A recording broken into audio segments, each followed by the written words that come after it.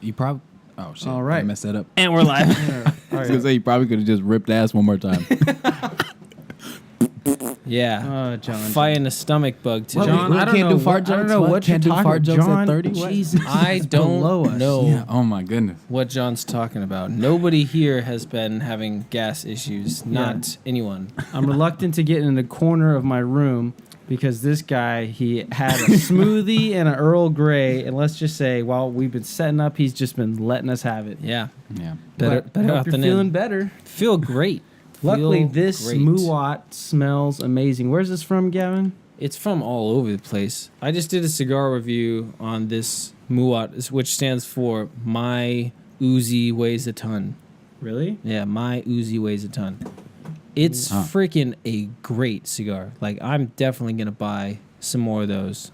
I think you're holding it upside down, right? Oh, no, you're good. No, You're that's good. good. Yeah, it's really good. It's like medium full-bodied. Well, the cap is coming off for me, but I remember the wrappers, San Andreas, Negro, Modelo, and then like the binder. I mean, everything else is from. If it's from like 5 different countries, like all the tobaccos in there are nuts. It's also go out if you don't puff on it a little bit more. also the Muwat, which is kind of interesting. It's made jointly by Drew Estate and Nica. What is that? Nica Libre? No. It's Nicaragua. That's a country. Yeah. something del Nicaragua. What's it called? Hano de and Hoya de Nicaragua. So it's made from like Hoya de Nicaragua I thought it was and Hoya Drew- de Monterey. No, That's Hoya. another, that's another one. What's the other company? I don't know. There's a lot. But moving on. I'm gonna Google this. All right, so gotta Gavin know just this. did a review on this one. He's going to post it pretty soon. So the 100% genuine Muwat brand. Hoya de Nicaragua. Oh, okay. I Yeah. guess it's a cigar that's co-made. Yeah, Drew Estate and Hoya de Nicaragua co-made the Muwat, and it's so good, fucking amazing. Thick cigar. Smooth. You're gonna notice how smooth that thing Yeah. is. So what are you smoking? Oh, I'm smoking a Diesel Unlimited Maduro, so full body, not as smooth as that, not even close to as smooth. So Garrett, you just took a puff of this one here, the Monte Cristo Yeah, Monte Cristo. Classic. Classic series. Gavin, did you do a cigar review on this? I haven't done a review, but I've smoked many of I those. smoked So two. this is probably my 5th cigar Yeah, in my life, and I would say it's pretty smooth. Yeah, it's But It's- maybe it's either smooth or maybe I am acclimating to the cigar world a little bit. What I remember is it being a pepper bomb. That's probably the thing I remember most about it. I remember I smoked one of those in the morning because I thought it was light because it's a light shade wrapper. Typically, the lighter shade wrappers aren't going to be as strong, and it was actually pretty strong. So No, You can put it down. That's not smooth, Thank but you, it's sir. not like harsh either. That's just normal. But yeah, I could taste the pepper for sure. I'm bummed about this cap unraveling. But Yeah, I had a cap issue with mine too. That was kind of maybe that is an issue with the Muwat is the wrapper's a little bit two flaky. Muwats smoked by the twins, and both of them the caps are coming off, which can be annoying because it'll bother you the entire smoke. But so far, the draw and everything else is good. Let's Anyway. move on into I Let's guess what's up and let's- just general conversation. Yeah. Have you had this Eiger beer or Mm-mm. Egger? No, I haven't. This is my second one. I was a fan the first time I had it. I think it's okay so far. So we are missing here in Korea. Ultra Music Festival is going on right now. Why do you have the radio voice, bro? I'm just speaking. So I'm just we projecting. are missing a music festival. This is my changing This is how subject voice. I talk when I change subjects. I consciously am projecting my voice a little bit because you always tell me I'm not loud enough. But screw you. You can For talk louder without sounding I'm not talking fake. like that.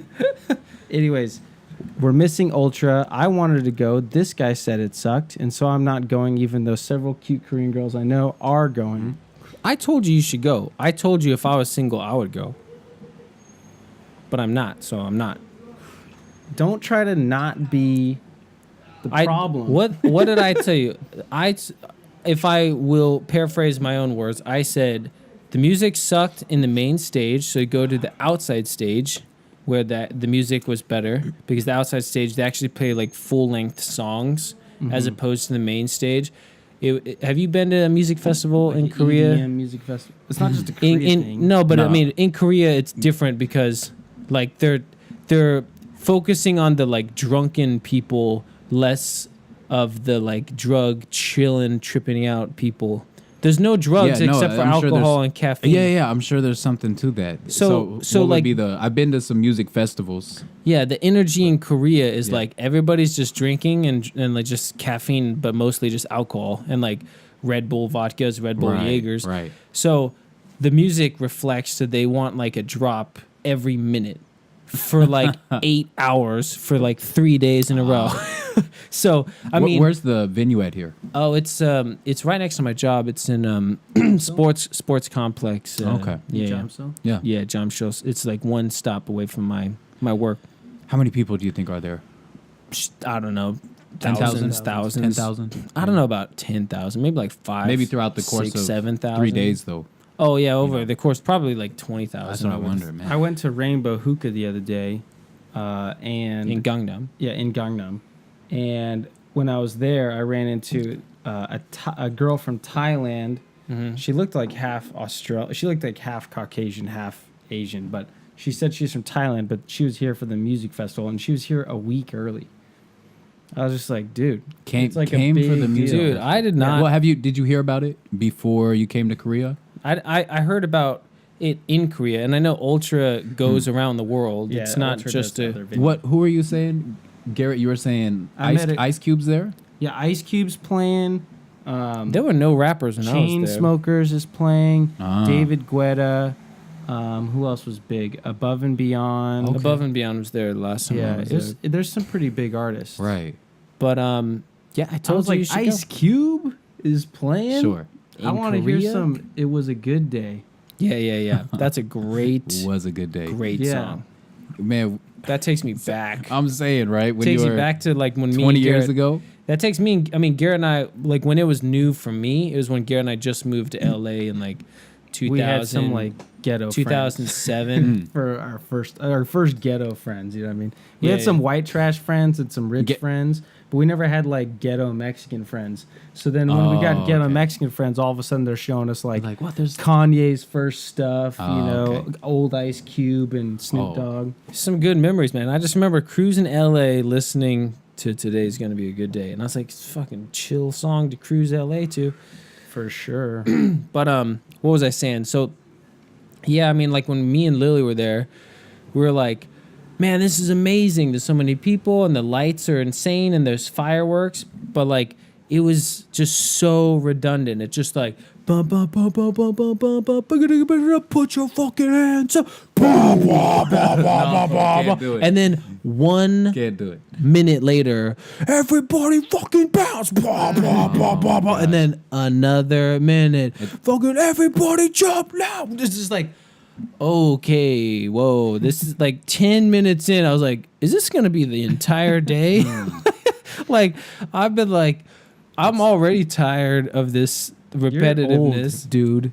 Yeah, that's but then how it was when we went to raves when we were younger. No, man, this was absurd. Like there wasn't a single song. Like it was just nothing but build, drop, build, drop, build, drop. And then I was like, okay, thank God a new DJ's coming on. And then he would do the same fucking thing. It sounded like there was no roller coaster. There was just it was just over and over. And then so I finally anticipation. Yeah. Or the anticipation way too short. But I would say it was saved for me because right at the end, me and Lily were like, let's leave early before the crowd goes. Meanwhile, I was like, what's his name? Calvin Harris. What's that like young dude who did Animal? This is the Animal. Boo, bigga digga bigga digga. I don't know his name. What's his name? Anyway, he's a young DJ. You guys all know him. You should minimize this so we could Google stuff. Anyway, so I'll do that. Anyway, so he was playing, and I was like, all day we're looking forward. Cancel it though. All day we're looking forward to this, and it's basically he knocked something. No, last time I bumped a chord. But no, I got the good adapter, so that won't happen. Yeah, poor John. The last time he was on our podcast, which was a while ago, I'm a victim. We did the whole thing, and then Gavin, he had it right when I'm saving the project. Yeah, after we finished the whole thing, he brought like a shoddy adapter, and he bumped it, and it canceled the whole thing, so that never got aired. And you really dropped some wisdom, I gotta say, man. No way. I don't remember. What did we even talk about? No, I don't remember at all what you said. No, but what I was going to say is, like, me and Lily left early because, like, this is fucking bullshit. We waited all day to see this main headliner, and then he's doing the exact same bullshit that we were, like, not enjoying all day. But then when we went outside, there was, like a smaller stage, and on that stage there was, like, 5 dudes, and lo and behold, they all had a fucking instrument, and they were all playing a song, like a beginning, a middle, and an end. You know what I mean? And then, like, the second song sounded totally different from the first song. And I was like, this is a music really festival. Enjoyable. Yeah, like, I'm thoroughly enjoying this music because it's actual music, not just build and drop.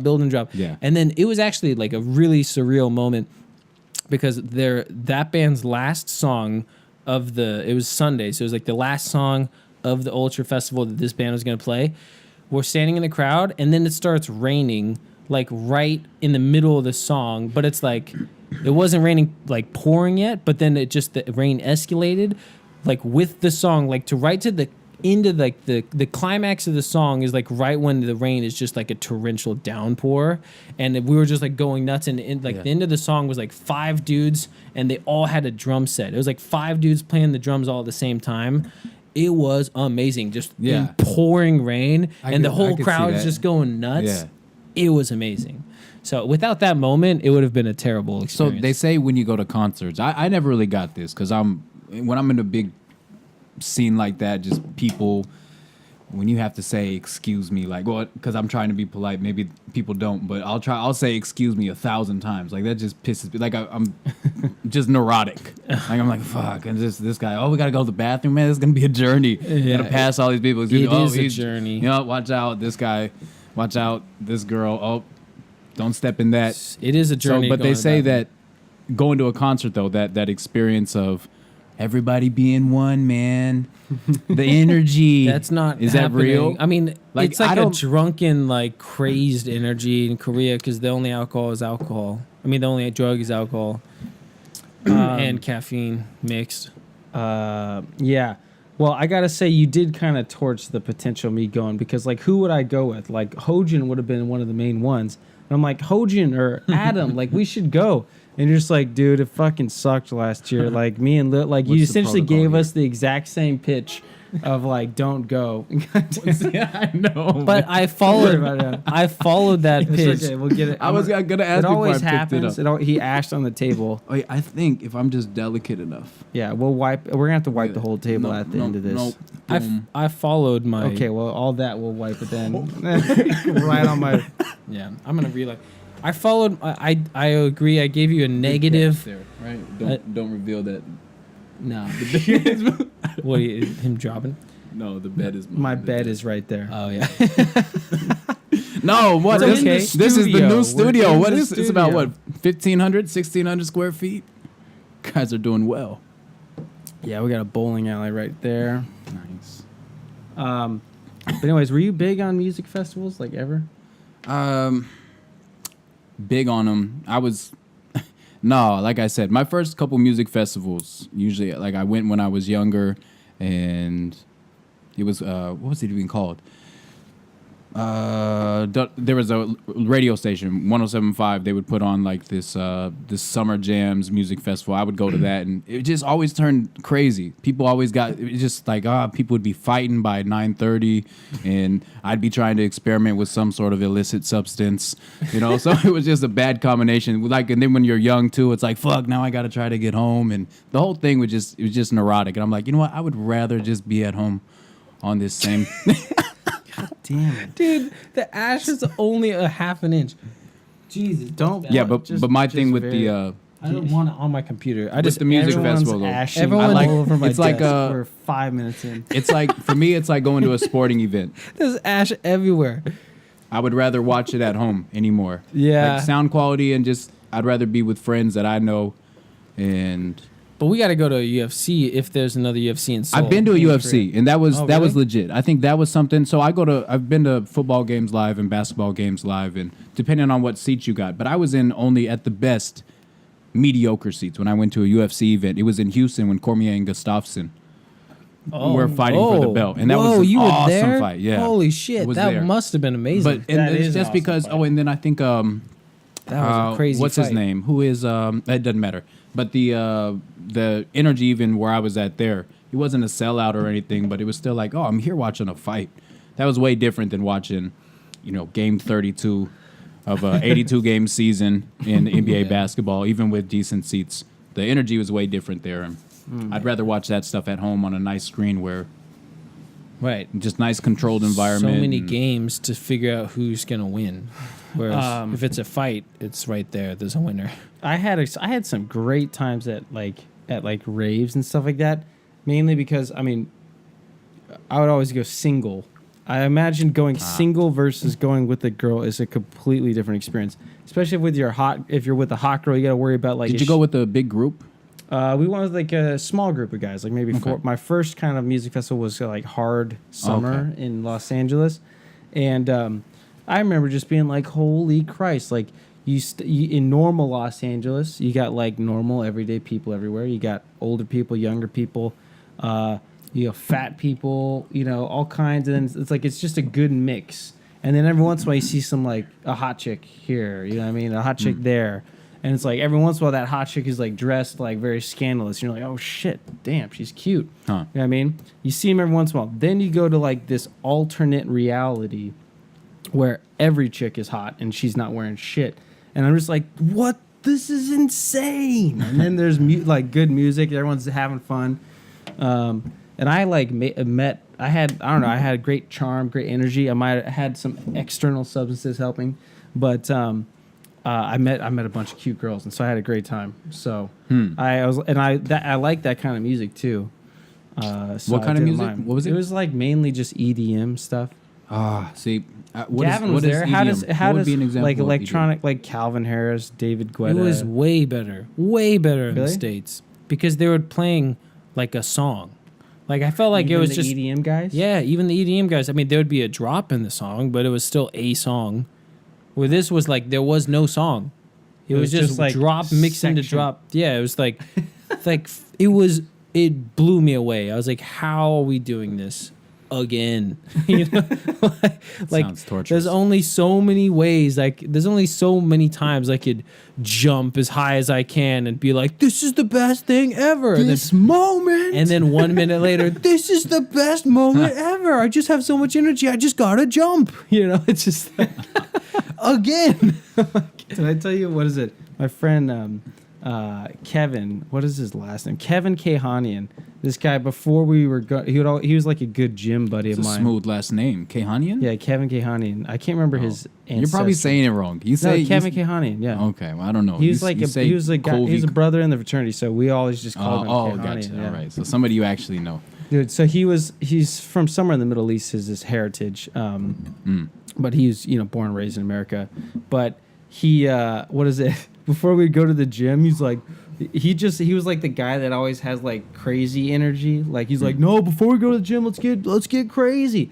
And he found like some mix. Never do that. Yeah. I never do that. Like, so we're like drinking like pre-workout, and he's like, we gotta wait for it to affect us. You know what I mean? And he's like, It's a little ritual. Yeah, Yeah, yeah. it's a ritual. and Yeah. and he's like the guy, like he would tan like 2 hours every day. Like just by he's like, dude, I'm like a plant, dude. I need the sun. I just need energy from the sun. Yeah, like He smoked so much weed, that guy.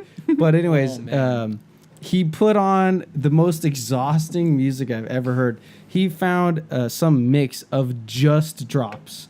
It was like, it was just EDM drops. It was like, do do do do do do. It's like we're talking the transition between one drop to another drop was sometimes like 2 seconds, and then it's like another drop, and it's just like, Wow. and then I'm like, okay, let's go, and he's like, wait for it, drop.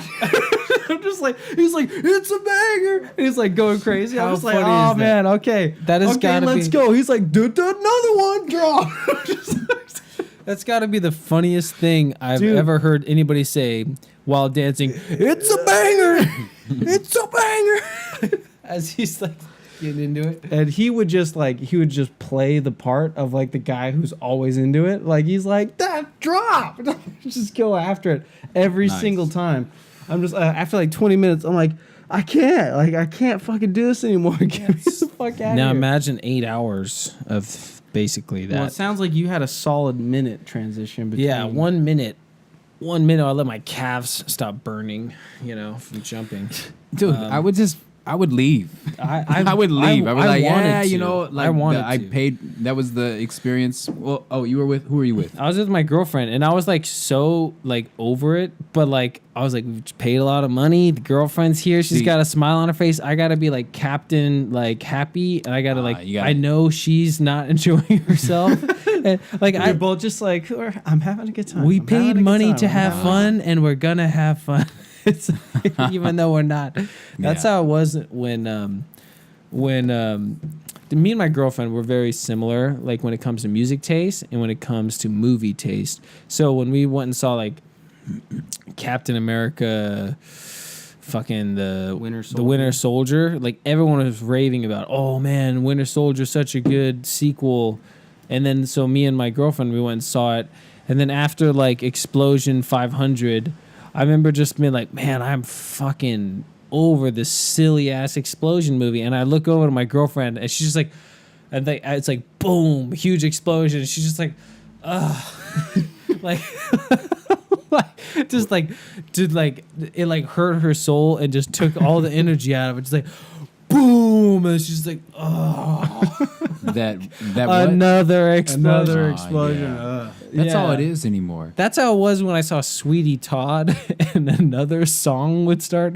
They'd This guy goes to a musical. Oh, all the singing. Oh, it's because God. they sing the same song like 5 times. I saw Sweeney Todd. It wasn't that bad. It I was just- just a musical. Dude, like It was just a musical.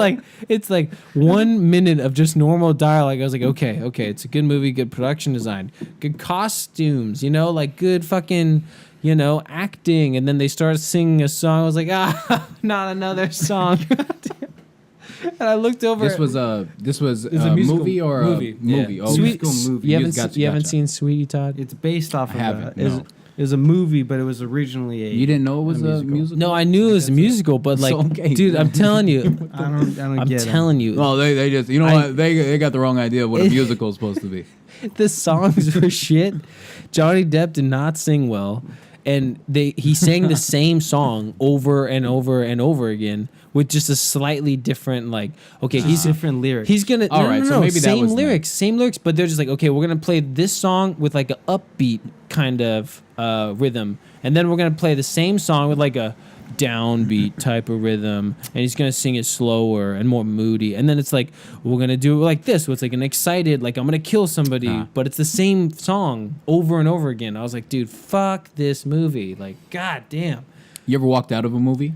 I think me and Chloe just, I think our relationship ended.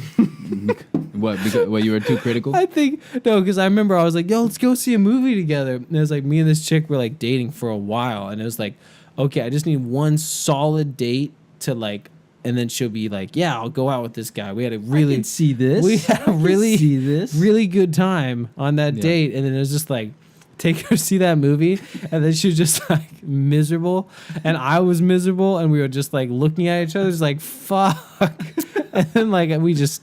It all fell apart. I think after that. I would think that would just be a You think moment it'd be you like a could bonding bond. It's moment. like, we endured that. We should have. I mean, if that's what I did with my girlfriend now. Like, we watched Winter Soldier, and it was so terrible. We actually bonded on both of us. We're just going back and forth, telling each other on how much we hated the movie, and we actually had a good time talking about how we both thoroughly hated that movie that so many people liked. that I would bring watched it people recently. together. I didn't think it was that bad. It was just a fucking superhero movie. Kind of like this guy. It It's sucks, like, what's dude. with the fucking action in a superhero movie?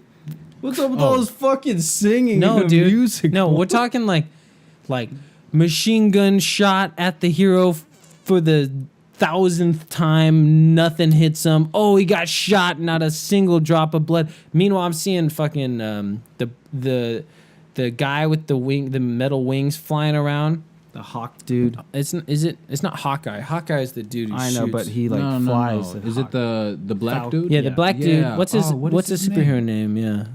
He needs a helmet. Design wise, he needs a fucking helmet. Okay, first of all, it was driving me insane. Right? It's like, what if he shot you in the face? Well, Dude, also he was like, getting shot. Rough landing. You're Dude. gonna die. Like, Okay, this is You what need a pissed. helmet. This is what pissed me off. Is he's flying Oh, man, around. rough, man. He's flying around, and there's an aircraft carrier shooting every single gun on the aircraft oh yeah, carrier. I was like, that is. And bullshit. it's shooting anti-aerial like explosives. Like Yeah. they're flak, you know, like it shoots in there and explodes and it shoots flak everywhere. And this black dude's like juking Yeah. the million flak Why bombs. does he got to be black? Well, he is. yeah. But I mean, like, Dude, I was you sound like you're insufferable at a movie, though. no, I didn't say a Like, word. I was just thinking to okay, myself, all right. I was just like, You're not like elbowing, like, Dude, and I'm thinking, I'm like, this guy's got no helmet. This guy's got no armor. He's getting shot why with isn't the superhero dying? no, dude. I was like, they clearly do not understand what flak is because he would have been torn to shreds in maybe 1 second, and this action scene went on for like 15 minutes. I was like, Yeah. he's just juking thousands of flak bombs, you know, and they're Yeah. blowing up like right next to him. But it's like, oh, I dodged it. It's like shrapnel, motherfucker. Like, pissed me off. dude, I get you, and I'm not endeared to those type of movies or anything like that, but you gotta It was just dumb. you gotta not get pissed off. You know, it over was a that. good moment. No, I just learned like I'm just not gonna waste my money on You these. just movies learned it's not anymore. a documentary. You know, it was a good moment in in Captain America: Winter Soldier. In Civil War, What? when Spider-Man first makes a scene, he comes in and he catches Captain America throws a shield and Spider-Man catches it, and he's just like, this thing doesn't adhere to physics at all. Like mocking how bad Yeah, it's a terrible he fucking. throws movie. the shield Right. that hits like two guys and comes right back to him. It's like, what? That wouldn't work. Yeah, you it's- lined up that many angles perfectly, and you're bullshit. And so Spider-Man's like, that doesn't adhere to physics. Like, it's a superhero movie, I watched. dude. Right. I know. It's a superhero I know. movie. Okay, so know. I think, and I learned I don't like. So, them. but you're a fan of like history, and you know about that type of artillery and everything, and what it can do. You sound similar to like Neil war. deGrasse Tyson when he was picking apart the movie Gravity. Gravity, Yeah, right? yeah. And I people are can't like, help he's it. like, he's like, I'm not trying to ruin it. It's just like, well, this is just by the way, this is what would happen. Yeah. You know? I don't like the superhero genre. I kind of definitely like not my this. fan. I watched the new Spider-Man movie. Dude, I like that one. I liked that one. Why? Because the villain was a badass. I mean, it was totally fake with the ship being cut in half. Like the ship would sink if it's cut in that half. was ridiculous. Yeah, I'm like, just because you stick it together doesn't keep all the There's a water from coming in. Yeah, I was Wait, like, but did Spider-Man stick it together though? no, he tried, and, then Iron Man helped him. had to come No, in big but dick. besides that giant fucking hole in that action scene, like a humongous, like, oh, who thought this up? Who needs to be sat down and explained on how a boat works? Okay, this is how a boat floats in the water. It doesn't have a giant hole. You think they're in the writers' room? They're like, it's all right. Yeah, let's leave it. What if we cut a Half a boat, boat. in half and then Spider-Man's got to put it back together? It's like, well, he's not gonna be able to do it because he's not strong enough. He needs Iron Man's help. It's like, but no one thinks like, how is the boat afloat for like 4 or 5 minutes? it was a while. Well, it's The in boat's two just in pieces. two Right. pieces. Two pieces. I got you. floating. Yeah. Right down the hole. No water's getting in. No, just gotta push them together, and it Just just gotta stays wait. Just floating. wait for Iron Man. That's it. Yeah, I was like, that was ridiculous. No, but what made it good was that it was like a high school movie, like legitimately. Yeah, it was a total high school. And then Felt completely different than all the other so movies. they did a good job making like a high school movie, but then also it had a good bad guy, a really good bad guy. What made the bad guy? Michael Keaton, dude. He was a realistic dude. He was a realistic character. Like he wasn't just okay. like, So- I'm an evil CEO who's gonna get back at you, Iron Man. It was like kind of refreshing for a bad guy. it was a really realistically put together villain. Really realistically put together. And Michael Keaton, the actor, killed it. Like I would say he's the best villain I've seen in a superhero movie. Michael Keaton. What else? No, would I have known mean, Michael what do you Keaton? think? He was here. Tom He was- Hardy and fucking. He's Oh, a I'm not better- counting Batman. I'm thinking of the Marvel again because movies. yeah, comparing only the Marvel movies. Heath Ledger as the Joker by See, far. like Liam Neeson as Ra's al Ghul. yeah, all of them were better.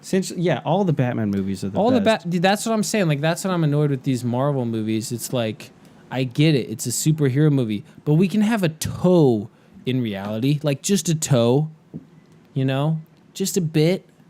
Like, come on. I like the Iron Man movies for the most part. I like the one They're and not two, as good the- as the Batman Dude, Begins. remember how bad the or third one is? Batmans are. The third Iron Man movie. I can't remember It's what it was terrible. about. Nobody ever talks about it ever because it was so bad. They just erased it. I think from the I memories. saw it and I wasn't like impressed, but I wasn't like super let down. It's shit. I saw Black Panther. That's it. Out of all of these movies you're talking about, I've seen Black Panther. I haven't seen that one. How was Yeah. it? I mean, there was obviously a political agenda in it. Yeah. Was it obvious in the movie? I think so, right? I mean, to me it was, but maybe that's just the way that I'm skewing the world. Oh, that's what But the way the world. I like the idea of right. I like the idea. It actually reminded me a lot of Avatar. How there was that unobtainium in Avatar. Just some and- like mineral or some shit. Well, it was this precious mineral that people outside forces wanted for themselves, right? So, anyways, Wakanda had that. And, Wakanda. what a dope name, right?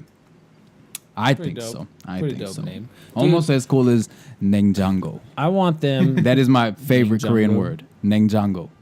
Oh, that's fucking refrigerator. Refrigerator. But that is the dope word, though, right? Yeah, I was just like, wait, refrigerator. Yeah, that's Nengjango, refrigerator. right? Doesn't that sound like an African warrior? Well, the way you say like an it African does. guy. Right. Ningjango, man. Fucking Ningjango. Django Unchained and Ningjango is his sidekick. I just get this. I get an Refrigerator's the image of like sidekick. some African deity. Django and in the Ningjango. Nengjango. Nengjango Unchained. Yeah. refrigerator. Yeah, at first I was like, Refrigerator you mean Django? I was like, oh, refrigerator in Korean. Oh, yeah, it does sound kind of cool, especially when you say it like that. Yeah. Any stories you guys want to share this week?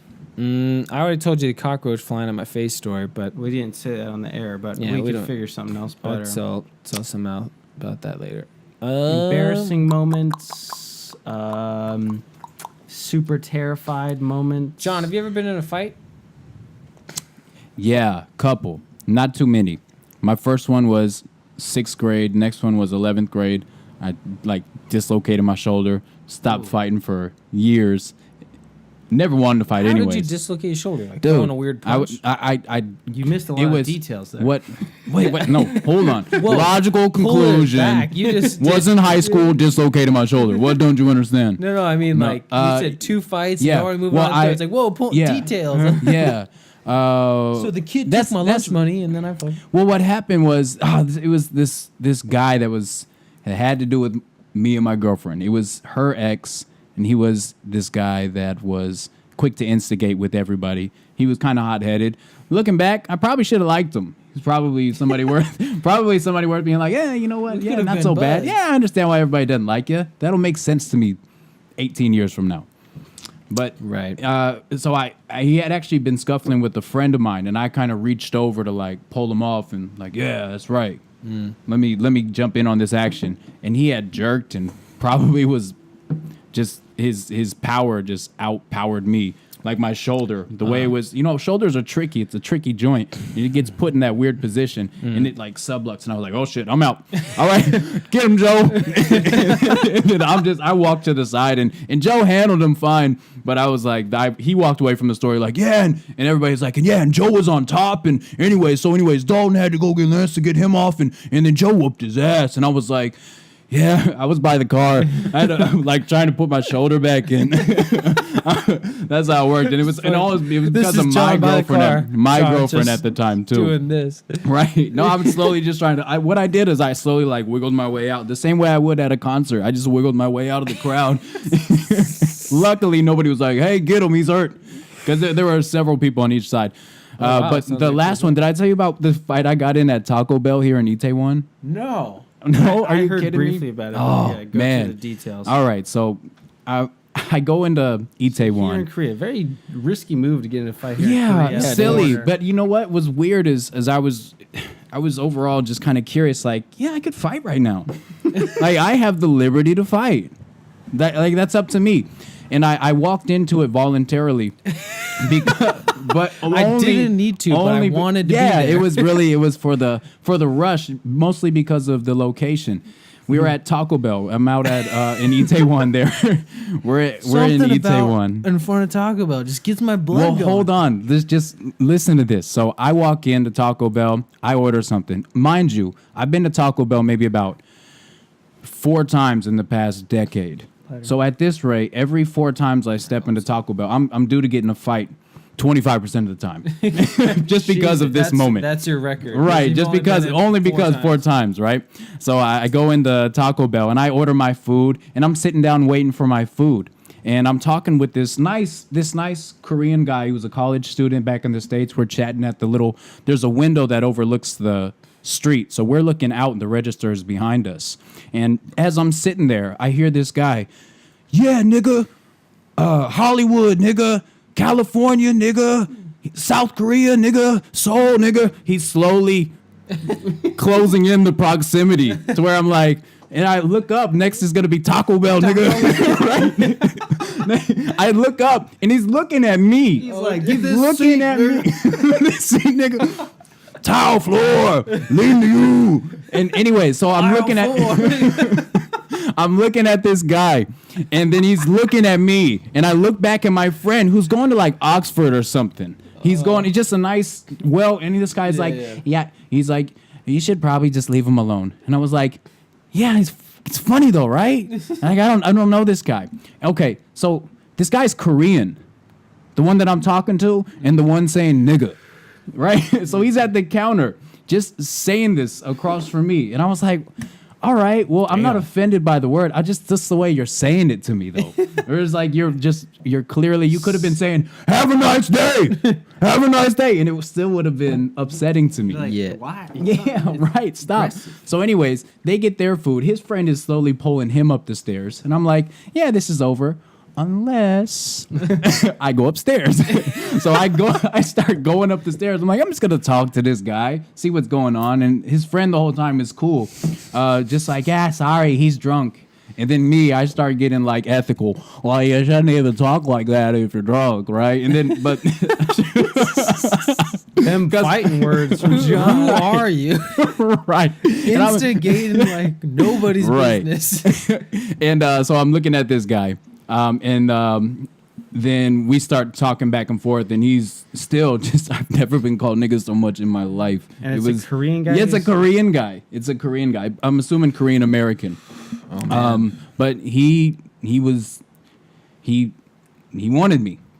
So I was like, all right, well, we're in Taco Bell. Anyway, so I feel kind of special at this point. I'm sitting, actually, I go up and I sit at the table that they're sitting at. Like, man. Aggressive. Because I'm like, deep down, I'm like, well, let's talk about it. But I'm entertained by the moment because I'm like, there's so many things that can happen here. So many things that can happen. What if we end up sharing this crunch wrap? You know, or what if we get in a fight? I'm all the way like, let's just see what happens. I know that I'm just gonna go home and I know what's gonna happen there. So let's see what happens. We're still we're talking, and then all of a sudden I'm like, all right. Then I stand up, and then he stands up, and then I just throw a left hand, and then hit him on the chin, and then he starts punching back, and his friend's in between. So I just fucking throw his friend. I feel so bad because he hit all these tables and like fell over, and he might have got hurt, and he was just like, oh dude, I told you he was drunk and he wanted to fight. So anyways, but the guy ends up somehow in it. Like, I didn't feel anything, and I obviously got hit because my nose was bleeding. Oh, but damn. yeah. But anyways, but you didn't feel it. I was on top. I ended the fight on top. You know what I did was I hip tossed him. I got the underhooks and I hip tossed him. And I was there, and I was like, because deep down I didn't want to fight. I was really curious about like, I mean, can I handle this man? And I certainly did, because I remember I just had him. I was holding him. I was like, people are getting up to like break us up. Well, let me just hold him. I just had my hand on his neck, was just holding him. And then like he gets up, and then we break it up. And then I'm like, because I really just wanted to see what would happen. So I'm like, try to shake his hand, you know? And then he fucking punches me in the face. Oh, damn. Yeah, but they didn't hurt though. It was the thing. That was the whole thing. I was like, I got what I wanted. But he ripped my shirt. And then I suppose the worst part was like leaving Taco Bell. And like I've got blood coming out of my nose, right? So it almost looks like I'm the victim. Yeah. But I still don't want to deal with anything. Yeah, so I'm leaving. I'm walking on the Itaewon. Like I'm just fucking cleaning blood off my nose. Like I got to get a cab. Yeah. Which is hard enough to get in Itaewon. Much less to get covered in blood. And I'm covered in blood. Just my shirt's ripped. Chest is out. Buttons just all over Taco Bell floor. Oh, man. And anyways, as I'm going down the street, I hear the cop lights. I don't know if they were going to where I was at or whatever. But anyways, I was just like, wasn't me. Just start walking. I get in the cab. I end up going home. But the whole thing just taught me like, yeah, I could do that. I could get in a fight anytime I want.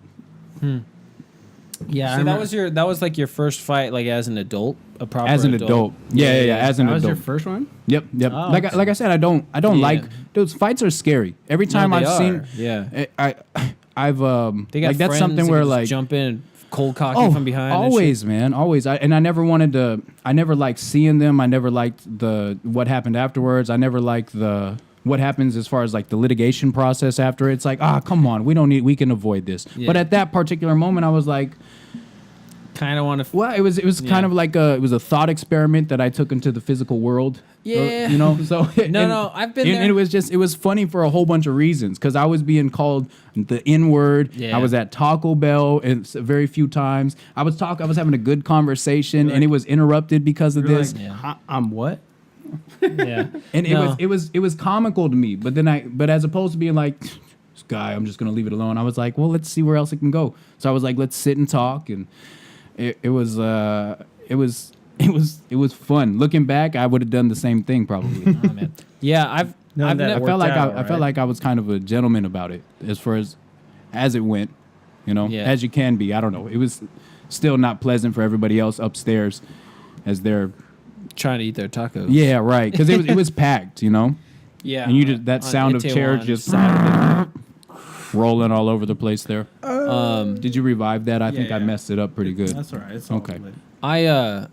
I've been in that situation where I've had that energy where it's just like, if a fight broke out, I'd be okay. I'm ready to go. I'd be okay. You know what I mean? That's how I felt. Yeah, it wasn't like I was looking for a fight, but like some dude will do something and it's like, okay, you deserve it big time. You know what I mean? Like you were completely like unchecked aggression. Like I did nothing to you. My friends did nothing to you and you were just asking for it. And I'm just like, I see a green light. Kinda, yeah. And I feel like going. Yeah. Sure. It's kind of like it's a green light and someone behind me needs to just give me a little honk and I'm going. You know what I mean? It's just like, just give me a reason and I was like ready to go. I've been there a few times, but I've never actually, like, I was always like, just give me a reason. Not the instigator. Right. Yeah, I was never the instigator. Fuck with somebody. Hey, nice hat, fucker. Yeah, right? Never did that. No, never. Not. Nice hat, fucker. Dude, I was walking the dog. That's like our friend Tyler. He's just like, I fought this big black dude. And I was like, well, how did it start? He's like, well, I kind of made fun of his do-rag. And I was like, yes. It's a good thing that, that'll definitely start a fight. Some big buff black dude, and you're like, nice do-rag, dude. Right. And it's just like, dude, where can I get me one of those? That's what he was saying to him, apparently. Like, nice. You think can my hair be wavy too? I could rock that do-rag, dude? Oh, horrible. If you're still listening, Tyler, we love you. And was that he was listening. Yeah. Right on. No, but it's just like I've never instigated a fight. Tyler definitely made life more interesting. He got me into like half of the fights I've been in my entire life. He also got us into like lifting weights properly. Well, Gear and I did was just like martial arts, like home exercise, like shitload push-ups, sit-ups, and stuff. When we lived at home, we'd hit the punching bag for like 30 minutes a day in our garage. Oh, nice. But yeah, then we started hanging out with our buddy Tyler, and he was like lifting, and I was like, I could get bigger. And I like, you got to move weights. Got to start lifting weights. I pick it up. And I put it back down. And you do that 8 more times. 30-second rest, do it again. Some girl broke it down for me. She's just like, so what are your hobbies? She's like, well, I like to pick stuff up, put it down again. All right. Pick up heavy stuff, put it down again. Gotcha. And then you just keep doing that. Pick it up, put it down. Pick it up, put it down. Yeah, that's a real, It's just that's guess. a funny way to put it. It's just A funny way to put it. It's and like especially because it's like a little girl. She's like, I feel like you like can to pick say stuff up, put it down again.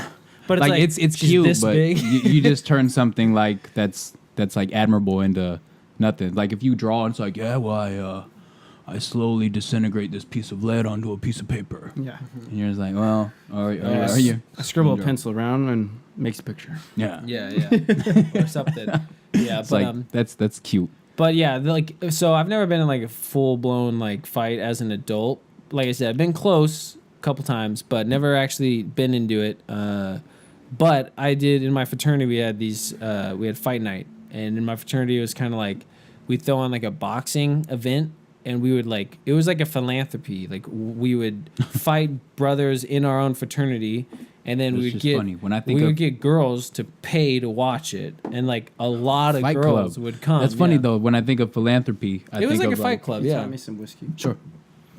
Yeah, I think of philanthropy is helping others. Yeah, I mean, like philanthropy is That's such raising a money dope for. philanthropy, by the way. Yeah, it I was think so, great. Sure. Yeah. Well, we're raising money for orphans, and it was fun. It was so fun because Want it's an ice not cube like. too? Yeah, sure. I mean, it was fun because Okay. the girls would dress up too. Like the girls would dress be. up? The girls What were would they in. dress as? They would dress up as like they were Cheerleaders? going to a club. No. Like they what? wear like club mini skirts and stuff. Yeah. Didn't you have card girls? Yeah, we did. Yeah, they had card girls. We had a ref. Oh, it was in a boxing ring. We had a referee. It was in a boxing gym. We had a referee. We had card girls. We had a dude on a microphone You had, being like, walkout music. we had right? walkout music. That's the kind of energy that I'd rather be around. Yeah, I mean, Yeah. it's Concert, one you thing know? to like box your friend in a backyard, and it's another thing to like box your friend with him. like 50 smoking hot chicks watching. Hell yeah. You know what I mean? Like it- it's a whole nother energy. Yeah, there's that And you had element of 2 like. weeks to like Yeah. get ready Yeah. for it. They like Ah, train okay. for it and shit. I actually I had. like that. I actually had, I think, 2 weeks for the first fight, and then my second fight, I had a month to prepare. And I was very prepared for the second fight, but then right before the fight, I got a root canal. 3 days before the fight. No, it was like 5 days before the fight. I got a root canal. No excuses though. But it was not good because Right. then I couldn't really I was fighting a dude who was just naturally a bigger guy, not by much, but he was naturally bigger. And I'm like, okay, I got a Taller, month. longer, way more. Yeah, he was just bigger in every way. Yeah. And then I was like, okay, Just I got this fight was just hands or just boxing. Gotcha. Yeah. So this is the second fight, but I was like, okay, I got to eat a lot to get as big as possible over the next month. But at the same time, I'm like training a lot of cardio because the first fight, dude, this I was sounds so this tired. sounds awesome. It was man. so It's fun. like you get Yeah. a like how many people how many few times do you get to really compete in things? I know, it after was- high school sports for 95% of the population. Yeah, that so- even play sports. So let me give you the overall. The overall was I had 2 fights, and it was a great experience because the first fight I got the experience of like beating the fuck out of someone, like because like the guy, it's kind of like what you were describing. Like you get hit, and it's like doesn't hurt. You know what I mean? Right. So it was like I wasn't scared at all of my. He was a good guy. His name's Ricky. He was a bigger dude, but he like his punches just did nothing to me. I don't know, like I get hit and I would feel absolutely nothing. I had no fear whatsoever of getting hit because I've been hit by him a few times. And I was like, yeah, I can take these all day. So it was kind of like, I don't know. I got in his face and I was like super aggressive, and it was like. That was the first time I've ever like turned on the violence button. You know what I Gotcha. mean? Like I hit him in the nose, and like his nose starts bleeding, and it's like And good. you hit him you again. felt you Hit him hurt again in the You nose felt you hurt him. again, Right. and then I hit him in the nose again, and my knuckle hurt because I hit his fucking nose so hard. I was like, God damn, my knuckle hurts, and I'm wearing my wrist is taped up. I have a fucking glove on, and I caught him with an uppercut. With like and, 8-ounce gloves? Or no, 16? they were big. They were like This- 14, full size, 16, 16, yeah, 14, yeah. okay. And we had head guards on too. But yeah, like the head guards didn't protect his nose very much because he kept ducking down and I kept throwing uppercuts. So that was kind of like the move I did because I would come at him and he would like I would throw rights and then he would duck down and then I'd throw uppercuts. But yeah, like my first fight was like sloppy and I like blew my wad so fast. Like I was so fucking exhausted. By the third round, I was like, I can't lift my arms up. And it was like, that was, He was Yikes. beating him up, but he didn't put yeah, I him put away. him, I didn't put him away. Oh, scared. I hate that, right? Yeah, It's it like, was, this guy's it still was here. a scary, it was a scary moment because it was like third round, we're going into it, and like my arms are like jello. And then he's still there, you know what I mean? And then like halfway through the third round, I'm like, I would rather get hit in the face than lift up my arms. Like my arms are so tired. It's like, you know, keep your hands up. It's like, I would rather just take a jab. It's like, oh, my shoulders, right? I'd rather just keep my arm up, like try to dodge the jab, maybe not take it a little bit, but I give him a right. It's like, I'd rather do that than keep my hands up because my arms are so dead. So that, it was a good experience with that. Yeah. And then the second fight, I was like, okay, I don't want to be tired like I was the first fight. oh, this is like a, what It they was do, over like this- like old day pride where you're fighting more than once in a night. No, it was like one fight, and then like 6 months later, it was like my second fight. So it was like the first fight, I fought Ricky, I won, and then Amir fought. I'm blanking on the dude's name, but Amir fought a guy, and Amir won. So me and Amir were both coming off wins. So And you're there's a bracket that's set up. no, it was just kind of like, hey, you won your last one, I won my last one, you won fight, and like we're equally sized, kinda. And then he's like, sure. And then yeah, so I had a lot of time to prepare, and I was like fucking really confident. And then that root canal happened, and then it was like I couldn't really chew on my left side of my mouth because it hurt really bad for 3 days. And I was like, dude, I don't think I could fight unless this pain goes away, because I can't even bite down, much less get punched in the face. You know what I mean? Right. like it really hurt. And then luckily 2 days before the fight, the pain went away. But it was like, I wasn't eating enough for like 3 days, 4 days before the fight. And then So, I was yeah. fighting a cold. I was like, I could, like my nose was getting all stuffed up. And yeah, I just felt like my testosterone was low. And then I later found out, oh, that was the antibiotics, because I was on antibiotics. Sure. I was like, man, going into the first fight, I drank some pre-workout right before the fight, and I was like, I felt like I had testosterone come out of my ears, like I could like run through a brick wall, you know, like I felt like a tank, like I could take anything. And then when I was going into the second fight, I was like, I feel weak, feel tired, I feel slow. I feel slow, I Yeah. feel small, I feel like shit, you know. And I'm like you know, doing that, my nose is like stuffed. Yeah. And then yeah, it was all bad. So then I got the experience of beating the shit out of a guy, and then I got the experience of like, you're getting beat up, what are you gonna do about it? You know what I mean? It's just Right. like you're getting hit a lot more than you're hitting him. What are you gonna do? You gonna like just turn into it like the fetal position, start crying, like you're in a bad situation. You can't give up without looking like a bitch, you know? Right. So it was good. And then How many rounds and how it was 3 long rounds. were the rounds? It was like 3 2-minute rounds, like Okay. really, really short. But I mean, you go hard in those 2 minutes. Well, for sure. Yeah, Well, yeah. Nobody's got the idea of like, yeah. Well, we prepared for 12, and we're willing. You know? yeah, like, we just go like really fucking hard in those 2 Well, that's minutes.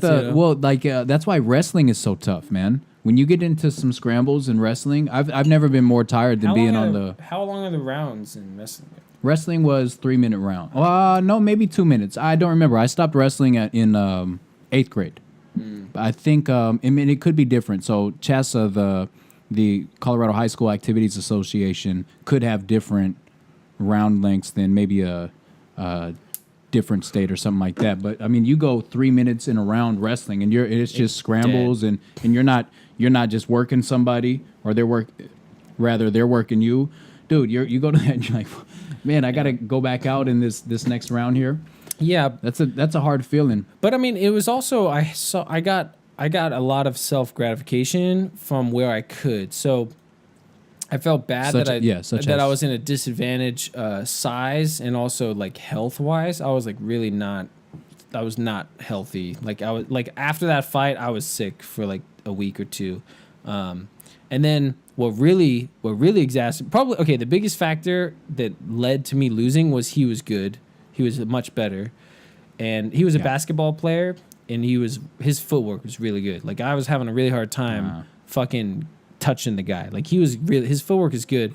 Yeah. And then longer reach. he had a longer reach, but then also my toe I developed these calluses on the bottom of my big toes, Yeah. and both those calluses ripped off, and my feet were like bleeding on the canvas. And I'm like, every time I take a step, it's like. Okay, so It's like how'd the excruciating fight pain. end though? So Okay, all well- these variables that played into it, Yeah, and yeah, then what? How did the fight end? You Well, get basic- punched. You can't keep your hands up. Yeah, well, your I'm covering calluses, up. You got a cold. You Yeah, had a yeah. root canal. Yeah, it was bad. Gotcha. Okay, It was I got bad. you. It I'm was- listening. I'm okay, listening. okay. It was I'm waiting. bad. How did this end though? Okay, Like, so somebody throwing the towel. Gary, were you no, there? No, nobody threw in the towel. I didn't get knocked out. Stay down. Stay down. Slip the jab. Okay, just stay down. No, I'm fucking gonna do it. Ba, ba, ba, ba, ba, ba, ba. No, so basically the first round, I was just like, whoa, I'm losing. I'm getting beat up. This isn't good. I don't think I hit him with anything the first round at all. Like, Okay. and my toe ripped open. Not good, you know? Yeah. And then the second round, it was like kind of more of the same. You know what I mean? I was just like, the only thing that kind of happened in the second round was he was really good at ducking under my right cross. And I was like, shit. So I was like, okay, I need to use my left more, and I need to like not convey my right cross as much. So I faked like I was doing a right cross, and then I did a uppercut, like a big, because he would do like this big duck under. Gotcha. And so I went like I was gonna throw a right straight, Yeah. and then I threw a big uppercut, and it didn't land clean, but it like nicked him right on the chin and like went all the way up his face. Nice. And I think I like earned his respect. Sure. Like, That's after all it that. takes, right? And Yeah. like, because he should have been able to put me away. Like I was like, I couldn't, like my toes were ripped open and bleeding, and I'm like, Right. I can't really move. You know, like it was kind of like, how is this guy not just gonna tee off on me? So I Yeah. think that's what saved me in the second round. And then in the third round, I remember going in the third round just being like, don't move. Just stay in one spot, because every time I took a step, it was like excruciating pain, like Gotcha. excruciating. And I remember I told the ref, I was like in the corner, I was like, my toes ripped open, and he's just like, you're just gonna have to fight through it. I was like, But God, I I was was like, you're right damn, though. I'm just, He's yeah. What am I right. gonna do? Throw in the towel because my toe ripped? Oh, You and know how what I mean? bad is that? My toe, my calluses, my Yeah, feet. yeah. Like you're trying to. Yeah, you fast couldn't forward. explain. After the fight, I asked the ref, I was like, do you have any like cotton, like clean, do you have any like first aid products like for my toes? And he looked at him, he's like, oh, god damn. No, you gotta take care of that. Like, and I could tell he had like a foot thing. He didn't like feet, and much less ripped open bleeding Yeah, feet. right. Anyway, but like the third round was probably my best round and my worst round at the same time, because he landed a really hard hook to my ribs, like a really fucking hard hook to my ribs. It went right under my elbow and hit me right in the side of my ribs.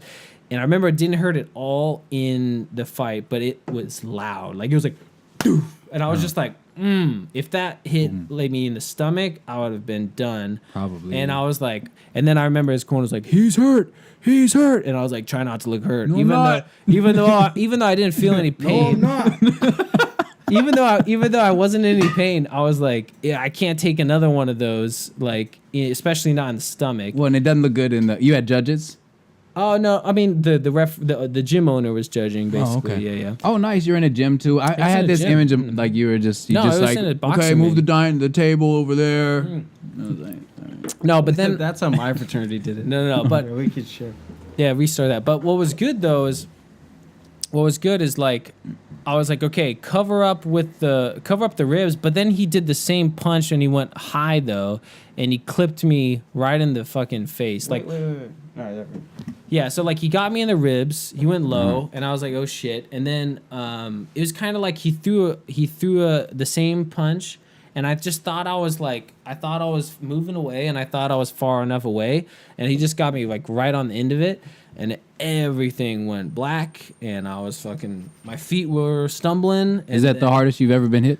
Oh yeah. Huh. And it was like boing, and I was like, I'm having a fucking hard time Did you feel yourself standing up. Did you feel yourself? Did you instinctively go for a takedown? I instinctively put my head down and grabbed him. Yeah. That's what I instinctively I grabbed saw, him. I yeah. saw the video. You were like, "Whoa," and then you went in for the kill, and you went under and you Yeah, grabbed. yeah. Clark. Right. grabbed him, Yeah, yeah, that's a cool instinct. Yeah. And that's It saved my fucking. I would have been KO'd if I didn't do that. Yeah, right. because he was coming. He was coming with coming the for same one. finisher, yeah, right. Anyway, but then what I was most proud of was my accuracy, because the first fight with Ricky, when I beat the shit out of him, I was hitting him with like the hardest punches I could possibly. Are you and throw. Ricky cool today? Or? Oh yeah, we're really yeah. cool, Okay, that's nice. So that's what makes this thing we're cool. like friends, and then we fight. Yeah. But then like with Ramir, that's I was where like, that's where a movie like Fight Club, they get it right, man. they do, yeah. Not like this Avengers shit. Yeah, but with Shrapnel, man. With like Ricky, I kept hitting him in the top of the head and not in the not in the chin. I hit him in the nose a bunch of the uppercuts, but I needed to hit him in the chin to knock him out. I was like, I fucking should have knocked him out. With that power, it just needed to hit him in the right spot. So with Amir, I was like, okay, I can't really move. So I was like, okay, he's gonna come in with a big right, and I was like, I'll just counter with the left hook, and then I'll just duck under the punch. But like he would hit me in the head and it would just kind of glance off. But I would land the counter. Yeah, left. if somebody's bigger, dude, they're just gonna knock you around. Like, hey, I couldn't really move. I'm saying, but I was right? like this, and he would come in with the right, and I would just like I would counter with the left hook, and then I would kind of like follow the left hook to like try to duck under his right, and I landed it clean twice, and then we ran out of time, and then after the fight, he was like, dude, my jaw is fucked up. And he's like, dude, my jaw's killing me. I was like, my ribs are fucking killing me. And then I told him, I was like, dude, you almost knocked me out, and my ribs were fucked for like 2 weeks after How that. good do you feel though after that? So I've felt now terrible, been in a lot of fights. I've never been in many fights, but okay. I'd also never been like beaten up. Sure. You know But what I- in not in your immediate not in your immediate consciousness, but over time though. So I'm only like so I've not been in a lot of fights, but sparring in the gym, like I've taken some lumps, and it's like when I'm done, it's like, oh, I'm kind of glad I did that. Immediately I'm like, oh, dude, I'm getting hit, man. I'm getting hit, and I can't. This guy's clearly better than me. Yeah. Right. Mm-hmm. And he's toying with me a lot, and if he wanted to, he could finish me. Yeah. Right. But then you're done with that, and you're like, that was better for me. That was better for me to go through that. No, I mean, looking back, it was a really good experience. It was a good experience to like I said, you could think I'm making excuses, but I think they're pretty good excuses, like root canal, fucking toes ripped open, kind of sick. Sure. So I was like, yeah, you had some and he was a bigger dude. I was like, yeah, you had some disadvantages, but you didn't get knocked out. You didn't throw in the towel, and like you still hurt his fucking jaw. Like when he was like, dude, my jaw's killing me, I was like, fuck yeah. Like I got something. I did some damage. I didn't just like where meanwhile my other friend Steven, what was his last name? Oh man, he fought my other buddy Marco, and he just went the full like the worst like he got into the ring. Worst 10 seconds of the. It was like he turned into he just ran away, didn't want to fight, basically just didn't want to be there. He's like, can I be done? I don't think he said it, but from what I met the guy, and then I remember being like, he's kind of a fool. And like you told me you should have seen his fight. He was essentially with his body language, like running away, being like, "Mom." He was, he's the only child. He's a really fun dude to have around, and he's a good friend. But man, when he was in the ring, I was like, "Oh, this is not a good look." And then afterwards, he was literally crying afterwards. Okay. So props for him for trying something new. Like, what if you tried something new, like to where it would like make you say "Mom," and then cry afterwards? He shouldn't have been in the ring with Marco. Sure. I got you. My buddy Marco is like a straight up like athlete, and Steven Castro is not. And I was like, total mismatch, but like, man, did you show it? You know what I mean? Like at least put like a good face on, man. Like it was not a good look. Yeah, it's like rise to the occasion. Yeah, he did not just rise crumbled to the occasion. He just and crumbled. ran away. Yeah. But I remember. So somebody talked him into doing that, or he just tried to be the tough guy. Yeah, this is what he did. Marco, one night.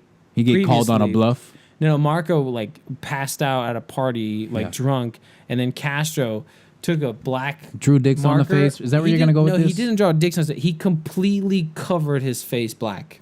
Like he gave him blackface with a Sharpie. Like his entire face was black, not a single spot of white. And Marco was just like, dude, like, you want to fight in fight night? I kind of want to punch you in the face right now for covering me in black.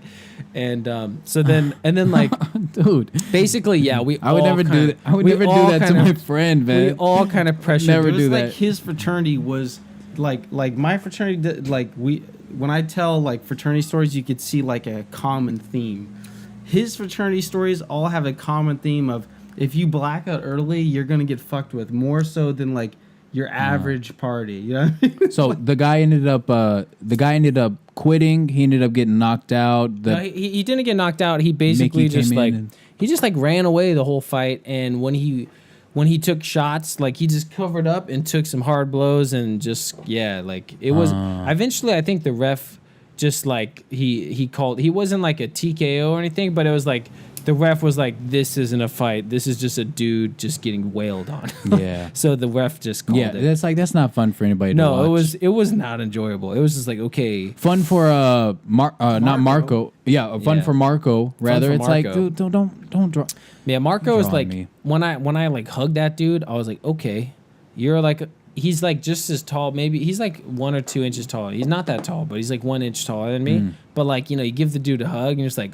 Okay, your muscles He's are built to differently. something else. His muscles are Different way type of more muscle. dense. You know, it's like you're hugging a hard fucking like statue or something. You're like, fuck, you're strong, strong. There was the girl at gym that I used to go to in Texas, and she was like it was her and her sister, and I swear they were like their own little version of the Williams sisters in tennis, Serena and Venus.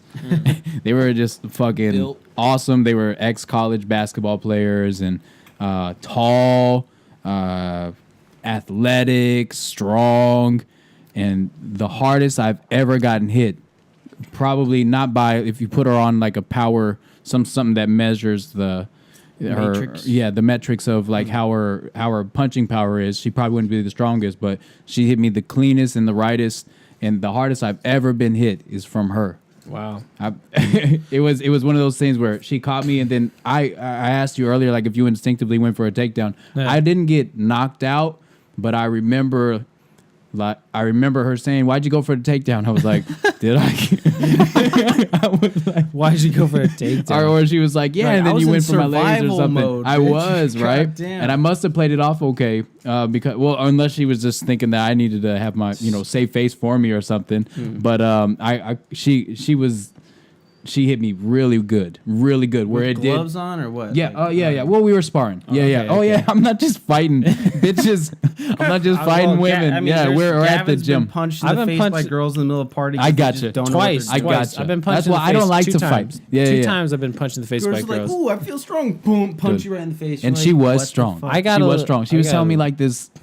She would do this thing called Night of 1,000 Kicks, where she would just throw 1,000 kicks in the night. And that's like at that point, Night of 1,000 Kicks. She's like, "Yeah, but you can just Night of 1,000 would kicks." lose I was like, count. "What? Are you kidding me?" 1,000. At that point, Damn. yeah, at that point, I'd probably gone to a gym and trained. I don't even like to call it trained because I feel like training you're something really tied down to, right? But I'd only gone probably maybe a total of 30 days at a gym. It's like I haven't thrown 100 kicks probably. Yeah.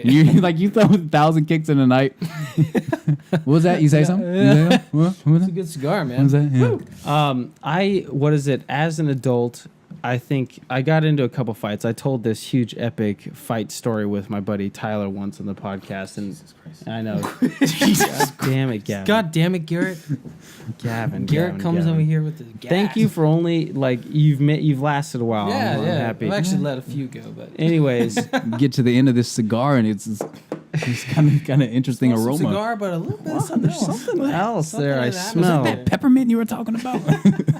I think like the biggest one of the biggest tests because one of the biggest like tests like I had to overcome and like really like change my mindset and like deal with some real obstacles and some real opposition was one of the first real fights I ever got in. Essentially, like it was a complicated situation. Gav and I, when we were in high school, Okay. would go to martial arts a couple times a week, but junior and senior year. And we had a car, we had jobs, so our parents started giving us like freedom to do, whatever we wanted because Yeah, we were you got kind of free like time, young go ahead. men, Yeah. So like forget like having to be home for like family dinners and help do the dishes and stuff. So we started like this habit or hobby of like going to martial I thought you were arts. going to combine those words and come up with Hobbit. Hobbit. We started this Hobbit where we would go to martial arts class, and then we would go to my friend's house, my friend David's house, and have like a LAN party where we'd play like video games. But we'd be in all of our fucking gear, and we'd just like have a couple drinks and like. So now, next thing you know, you're sparring. His mom would buy us like alcohol, so that we'd go to martial arts and we'd come back. We're already in the gear, and we'd like spar each other in the backyard.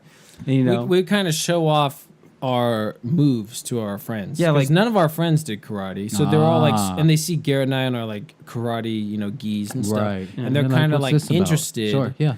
So That's cool. That's how martial arts spread. Yeah, and our friends are just as big as us or more or big. All of our friends are bigger than us. Yeah, right? I mean, I sparred Nick Kruk, and Nick Kruk was 200 pounds, and so he was a good. and I was 125 pounds at the time. Yeah. He was fat though, not like. Gotcha. muscle. But I mean, he was also he's just way built bigger. thicker. But yeah, I mean, a lot of it was fat. But yeah, fighting that dude, I'm like, okay, I think if Nick Crook some was in weight shape, behind you. if he was Yeah. in shape, he'd probably be like 170. maybe 180 If he was in shape, he's not that tall. But anyways, Yeah. he was big. But we'd fight all of our friends, but all of them were bigger than us. Gad and I were skinny. But anyway, so we just like would do this every once in a while, and it was like kind of a thing.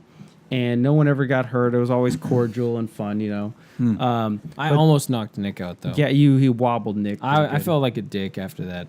I fucking Right. Like I Nick's just nailed- curious. Like, Nick's just like, oh, I'll spar with you. I mean, but he is like 80 pounds bigger than me. So yeah. Anyway, so I threw like it's in a karate move. It'd be like Well, he hurt back you fist. pretty good. He kicked you in the inner thigh. Got Yeah. you good. Oh yeah, I had a dead leg for like a day after that. But I basically landed a right hook. You landed like a 1-2. I landed like I did like a back fist. I did like a boom boom. Like I would never throw that in a million years nowadays. But it was like a back fist and then a right hook. But it was basically like the back fist just kind of got his hands out of the way, and then the right hook just landed on him. Coming. that's dope. It sounds- landed clutch, and Right, it basically sounds cool. I mean, a dude who's 80 pounds bigger than me was like, he was wobbled, and I remember like after I landed it, I was like, oh Was shit. that me? I was Did like, I do that? no, I was like, oh shit, we're supposed to be sparring, Ah, like okay. 50% power, and then I realized like, oh, that was like 150% power, and like. That's kind of Gotcha. fucked up. You know what I mean? Gotcha, It's gotcha, not. You're not gotcha. supposed to do that when you're sparring. You know what I mean? So- Yeah, same guy. Like at one point, grabbed Gavin and like picked him up over his shoulder and could throw him Oh down yeah, the he's ground. Right. But he way was- stronger, Yeah, way yeah. bigger. Yeah. But That's anyway, why wrestling always wins. But yeah, Yeah. go ahead. exactly. Yeah, it's such a crucial martial Yeah. art. But anyways, so we would just do this every once in a while, and then so we're like doing that typical routine, and then one day, what is it? We're in our normal groove. We go over after martial art class. We're like sparring. But what is it? David has a younger sister. She's only 1 year younger, and she's like pretty damn cute. Like pretty She's damn very cute. She was hot. She was, like, especially the hottest especially in chick. our circle. Like we were kind of with a bunch of nerds, you know, in high school. So she was way hot. And even though she's only 1 year younger than us, she was dating a guy who's in our grade, and she was like having sex. Like most of us, if not all of us, were like virgins. And she was sleeping with like this guy that we kind of knew because we've been going to the same school for a while. Right. But this guy, he was probably 20 pounds heavier than me, not fat, like just all muscle and bone, you know. Yeah. And what is it? The problem is that she had broken up with him, this guy Steven. Okay. She broke up with him, and then there was like a 3-month gap where they weren't dating. And So- Gavin and I were always at her house. Yeah. So and you and her. No, Gavin and her started having like a fling where they'd like make out, and Okay. you know, we're in high school, so it's like, here's my boobs, you know, look at them, you know what I mean? Right, Stupid of shit course. like that. Yeah. Gotcha. And so like they had like a little fling, but then she and Steven got back together. Gavin's like, whatever, High school. Yeah. moving on, Okay. not a big deal. But of course she goes off and like does this power play, like how can I manipulate this guy's emotions? Steven, by the way, like I had this little fling with Gavin. Yeah. And so she like tells Steven like all the shit she did with Gavin for no reason, as if like it's like a testing of their relationship. But it's like she doesn't care at all about like What the outcome's the gonna be conflict from- is going to be from for this. Yeah. Steven and Gavin. And then so we're doing this normal thing where we spar each other in the backyard. Gavin sparred somebody, and I'm just like, and then Steven's like, I'll jump in, I'll spar. And Steven, we're twins. Steven can't tell the difference between the two of us. Oh no! So sure enough, Steven thinks he's sparring Gavin. We found this out later. Oh, and so no. he doesn't like me at all. He's hiding it pretty cool. He kept it really like pretty respectful in the moment, but deep down I guess he just didn't fucking like me. And I'm like, okay, because he thought you or me. yeah, and I'm like, okay, so I'm about to fight this guy I don't really know. I didn't think there's any animosity. Yeah, you don't know that this guy's coming in. He's coming in. He's coming in angry. He not only angry, but he's also looking to look good in front of his girl. Yeah, whether he's got a statement to make. Yeah, whether he's got to make a statement. Whether he had a beef or not, he wants to fucking win in front of his girl. But I'm sitting there. I'm like, okay, well, I do this all the time. I gotta be Mr. Like this. I gotta be Mr. Calm. You know, like I'm not fucking worried. You know, so I'm just like, all right, here you go. Like we try not to aim to the face. You know, aim for the foam. Keep it. You know, keep it light contact. Yeah. You know, I'm like saying this shit. I'm just like, all right, let's go. But so what is it? Like we normally fight in like the later afternoon. Mm-hmm. We wouldn't always fight at nighttime. What is it? Now we're fighting with just at nighttime with one porch or patio light. Yeah. And once I realized like we start going at it, I'm like, geez, I can't see shit. Like we're going so fast, I can't see anything. Like I got one light from one angle at nighttime. I can't see anything. Anyways, and then I throw like a couple punches and they like lightly touch him on the face. And he's just like, what the hell? You say you like don't go to the face, then you throw some stuff in the face, and I'm thinking like, dude, I didn't throw like hard punches in the face. They were like kind of like feints, like I could hit you in the face. We're sparring, you know. I mean, we're like, you know, like I could hit you in the face right there. You gotta keep your distance a little bit. Sure. But then things escalate really quickly, and I start throwing some kicks, but I'm not throwing them as hard as possible. Just touching. It's like, hey, this is good distance to throw this kick. Let me just go ahead and get a good rep in. So I'm throwing in some kicks, and he's acting like his strategy was he doesn't know how to throw kicks. He prided himself as like, I'm a fucking street fighter. I've been in plenty of street fights. I don't do this karate bullshit. And so like I'd throw a kick, and he'd just fucking take it and then land like a good like counter punch to me, and I'm like off balance because I'm thinking like, dude, you're supposed to like try to avoid the kick because I could throw it harder. You know what I mean? But then, so eventually I start throwing my kicks a little bit harder, and he's still just like eating them and landing like good counters. And at one point, he had me backed up against the fence of the backyard, and he landed something on my jaw. On my knees fucking buckle. I didn't see coming because it's fucking dark and shit. I'm just like, fuck, I just got rocked. Like, this is my first time. I've never really been rocked in a sparring lesson, you know, before. And I'm like, fuck, and things are escalating hard. And so I'm like, okay, I'm fucking losing. The kicks aren't working. He's fighting like nobody else I've ever fought. He's bigger than me. He's longer than me. He cracked me on the jaw. And eventually I'm just like, all right, I'm just going to stick to hands. And I switched stances. And then I saw him go to throw like a power punch. And I just was, with all my might, countered with like a hard left cross. And I just caught him coming in perfect, like probably the hardest punch I've ever landed on anybody, right on the throat as he stepped into it.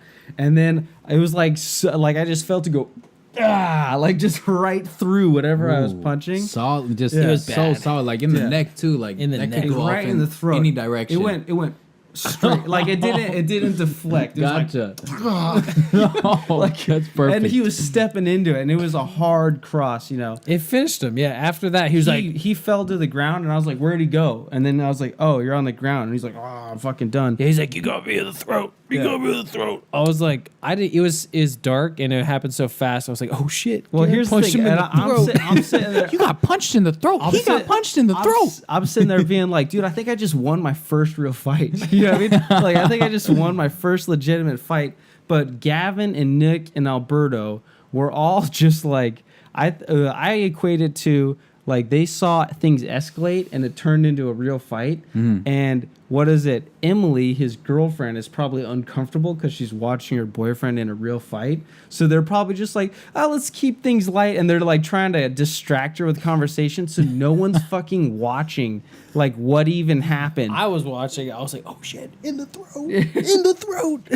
Like I was like, fuck yeah. Anyways, but then afterwards he showed me. I also cut him on the lip a little bit. But he was cool the whole rest of the night. I was just like, yeah. Funny how that happens. Yeah, You he meet was- someone in a fight, and they're just like, "Oh man, yeah, this is good. We're Yeah. good. We're good." You He know? was cool the whole rest Yeah. of the night, but then later, like the next day, the next week, we start finding out. He starts texting Gavin all these like crazy death threats, like I'm gonna come at you with the bat, Yeah. I'm gonna fucking kill you, all this shit, and we're just like, huh?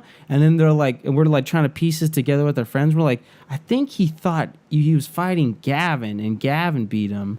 Yeah, it was just like and he eating. hates Gavin because Yeah. Gavin hooked up with this girl, and so he starts doing it for like great. weeks and weeks, months and months. We graduate from high school, we go all the way to college, we come back, we're at a high school party like a couple months after we've been away, no. and people have been like, "Oh wait, you're Gavin? Steven hates you. He wants to kill you." You know, like we're Still. talking like a year later, Yeah. people are like, "Steven wants to kill you." Wow. Yeah, it's just like really eating away at him that he lost that fight, and that to me, but I didn't win. Garrett, Nice. Garrett won. Yeah, Gavin, you won this time. You're Yeah. like, wait, I guess. I think- that's cool. You got a W on your record though because Yeah, got me a W. No, I remember. Nah, he dealt with all the consequences of some guy. who's Yeah, bitter. right. I was just like, So in the end, that was a hard. does one, though. anybody really win? Yeah, It was a big no deal. one wins, but yeah, I won. yeah, Garrett won. I Yeah, didn't have to Garrett- deal with any of the consequences. Garrett won. Yeah, no, but I had to deal with the fight. I had to deal with the guy who wants to beat me up because you hooked up with this girl. But I got all the satisfaction of the victory and was- none of the it downsides was bullshit of though. the Right. It was bullshit. Like retaliation. I had to deal with all that, and like What age? I never Hold on, even. can- we were what like was it? 18. 18. Oh, Gavin okay. and I were but seniors. we were still So like. that's nuts. That's 12 years ago, I right? know. But I mean, it was annoying that I had to deal with all that, and it's like I never even had sex with the girl. You know what I mean?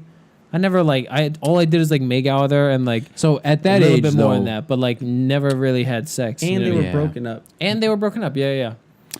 Yeah. Drama. Well, it's just like a young male trying to solve some complicated shit, you know, when it comes to a relationship with like, yeah, I'll beat your ass. I mean, like it's- when that's just she your was- go-to she move. was the girl. She was not helping. Like she would like, yeah. Just- it just she sounds would, like- it she sounds would like some instigate it for sure. 18-year-old stuff. Yeah, it was silly stuff looking back on it. But I remember like it was so annoying because Garrett and I would be like living in LA for like 2 years.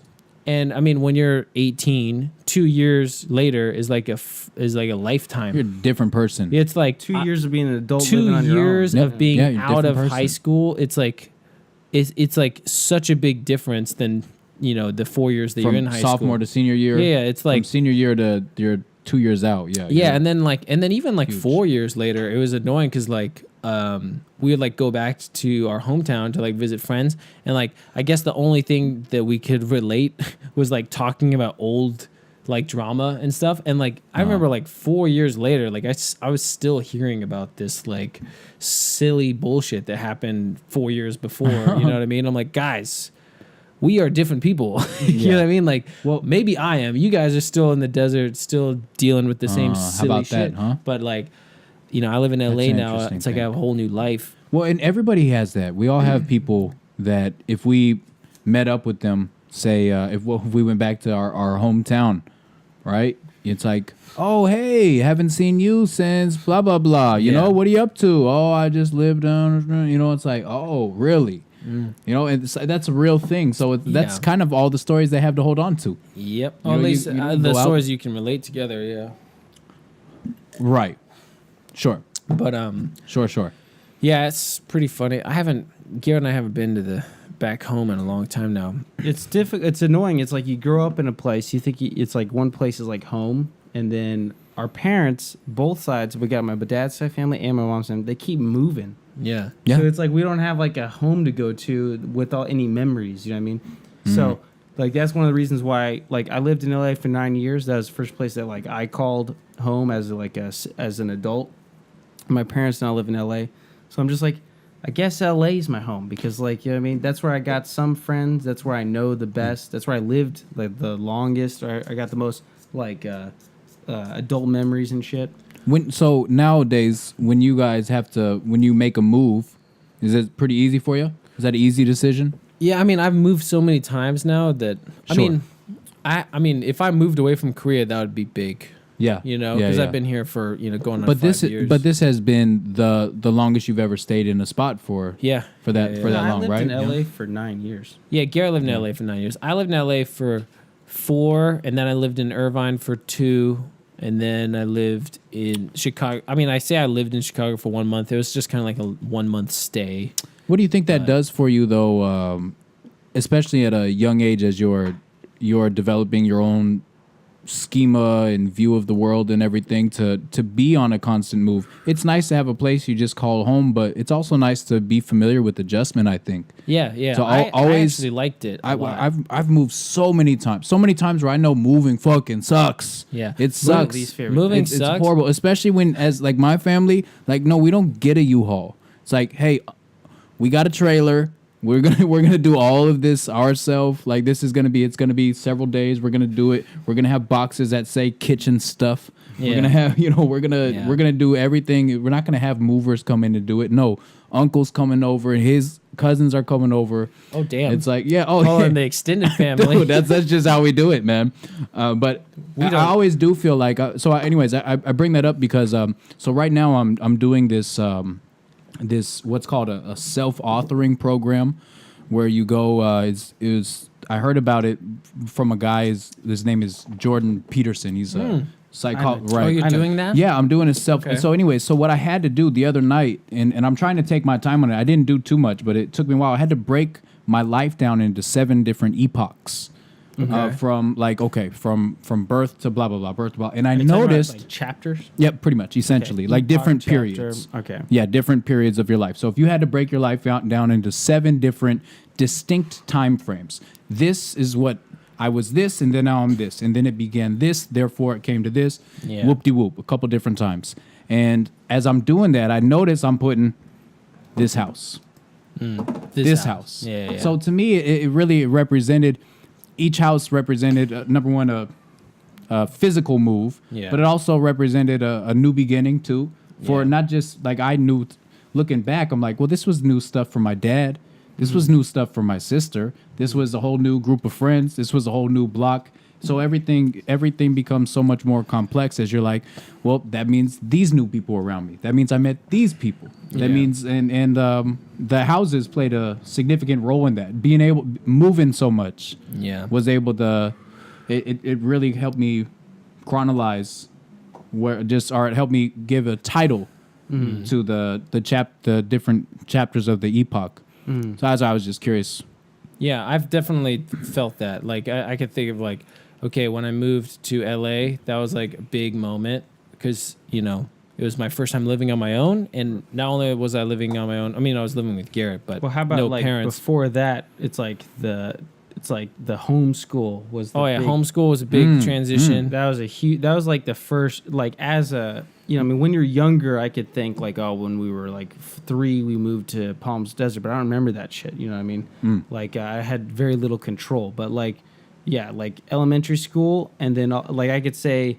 Yeah, like all of a sudden when everyone else goes to homeschool, our religious mother was like, you know what, we're gonna put you in homeschool even though you don't want to. So you were in public everyone, school. You were public school and first. then went to homeschool. Yeah, Yeah. We were in public school, and it was weird because when we were in public school, Garrett and I were in different classes, and we had like different friend groups. I mean, there was like a little bit of like mixing, but like for the most part, Garrett had his like clique, and I had like my kind of clique. And then there's again every once in a while some overlap, but like.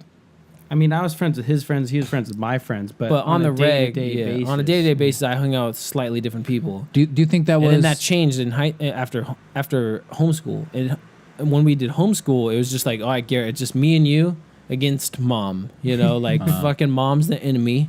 We gotta fucking stick together right to get through this. And then when we went back, because we hated it for 2 years, we were homeschooled. And then when we went back It's a to public long school, time. When it you was were terrible. what, 8, 9? between elementary and middle. So we're like elementary. 10 Okay. Yeah. or 11. And then when we went back to middle school, it was like totally new. We'd been out of the public school scene. We had been held back a year. So we had to make, like, our friends were like a year ahead. A year ahead of you now. And so we had to make like new friends, and it was kind of like, all right, we're sticking together. And then Garrett and I have been like pretty close ever since. Yeah. But yeah, that was a big one. And then when we moved to LA, that was a big one. And then when I moved to Irvine, that was a big one for me because I moved away from LA, and for the first time, I was completely by myself. No Garrett. You know what I mean? That was a big one. That was a really big one because that was the first time I was like, that was the first time I was like, okay, no Garrett. I got to make some friends all by myself. And it was like, that was kind of a daunting thing. But then I did it very well. Like, it was kind of like when you were in the fight, you're like, oh, I can do this. You know what I mean? At any time, I could do this. It was kind of like, oh, I could like meet new people and make new friends at any time. And so it was a good experience. And then when I moved to Chicago for a month, again, it wasn't really a move. It was just kind of like a 1 month stay. But it kind of felt like a move to me. It was a big chapter because you had just graduated, and you graduated Irvine. And when you moved to Chicago, you weren't going back to Irvine. I didn't even know you went to Chicago. Yeah, I went to Chicago for 1 month to get TEFL certified. No, okay, I did know. Yeah, so it was like a little bit about that. It was like I moved from Irvine to Chicago, and then I wasn't. Yeah, like Garrett said, I wasn't going back to Irvine. So it's kind of like, it was moving to Chicago was like the beginning of a move to Korea. It was the prequel. It was the prequel to probably your next, what would be maybe your epoch. Yeah, right. Yeah. But it was the stepping stone for that. Yeah, and it was really. It was like, all right, now I'm in Chicago for a month, and I gotta like make some Chicago friends. I gotta have some Chicago stories. I gotta do some stuff on the weekend. I gotta like go out and about and like fucking make some memories. You know what I mean? What'd you like about Chicago? Well, I mean, I went in the summer, so I really enjoyed the weather because it was the first time I'd ever like experienced like a kind of tropical humid weather. Because I'm from California, and like in the summer it's hot, but it's a dry desert heat. Pretty humid there. I guess Chicago, it's really humid. I know Michigan's humid as fuck. It's probably because of it's got to be the lakes there. Yeah, but like it was fun. I mean, I remember just going out.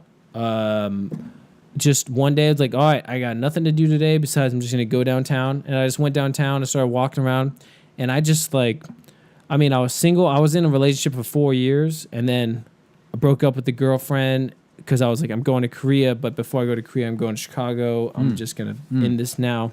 So I went to Chicago single, and I was like, I'm going to go downtown and see what downtown Chicago is all about.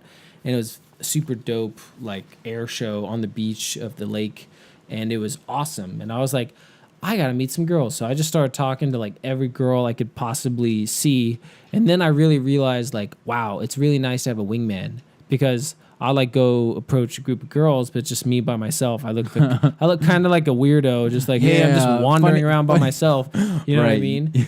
I'm not homeless. What kind of guy would it take? Right. What kind of guy would it take for it? I'm sure there are guys, if anybody's listening, that can pull that off. Yeah. I don't have that. Well, I mean, I did pull it off eventually, but I mean, luckily it was to not look like overall, like I feel like there's like Yoel Romero in his Cuban gear. He could do it. He could do that, right? He could do that. But yeah, I remember I probably talked to like 3 or 4 groups of girls the night before, and then I probably talked to another 3 or 4 groups of girls the next day just on the beach. And I was never like completely rudely like pathetically shut down, but it was like a polite, like, okay, well, have a good time. Have a good time for sure. You know that, right? It was like a cordial, like, we're not interested. You know what I mean? Yeah. Because I was just like, hey, I'm from California. I'm new to Chicago. I just want to see the sights. What's going on? Yeah. Ladies in bikinis looking hot. It looking good. And I was just like, they're lakeside. They're lakeside. You know what I mean? But Great Lake. It's such a big lake. It feels like you're on the ocean. You can't see the end. It just looks like the ocean to me. Yeah.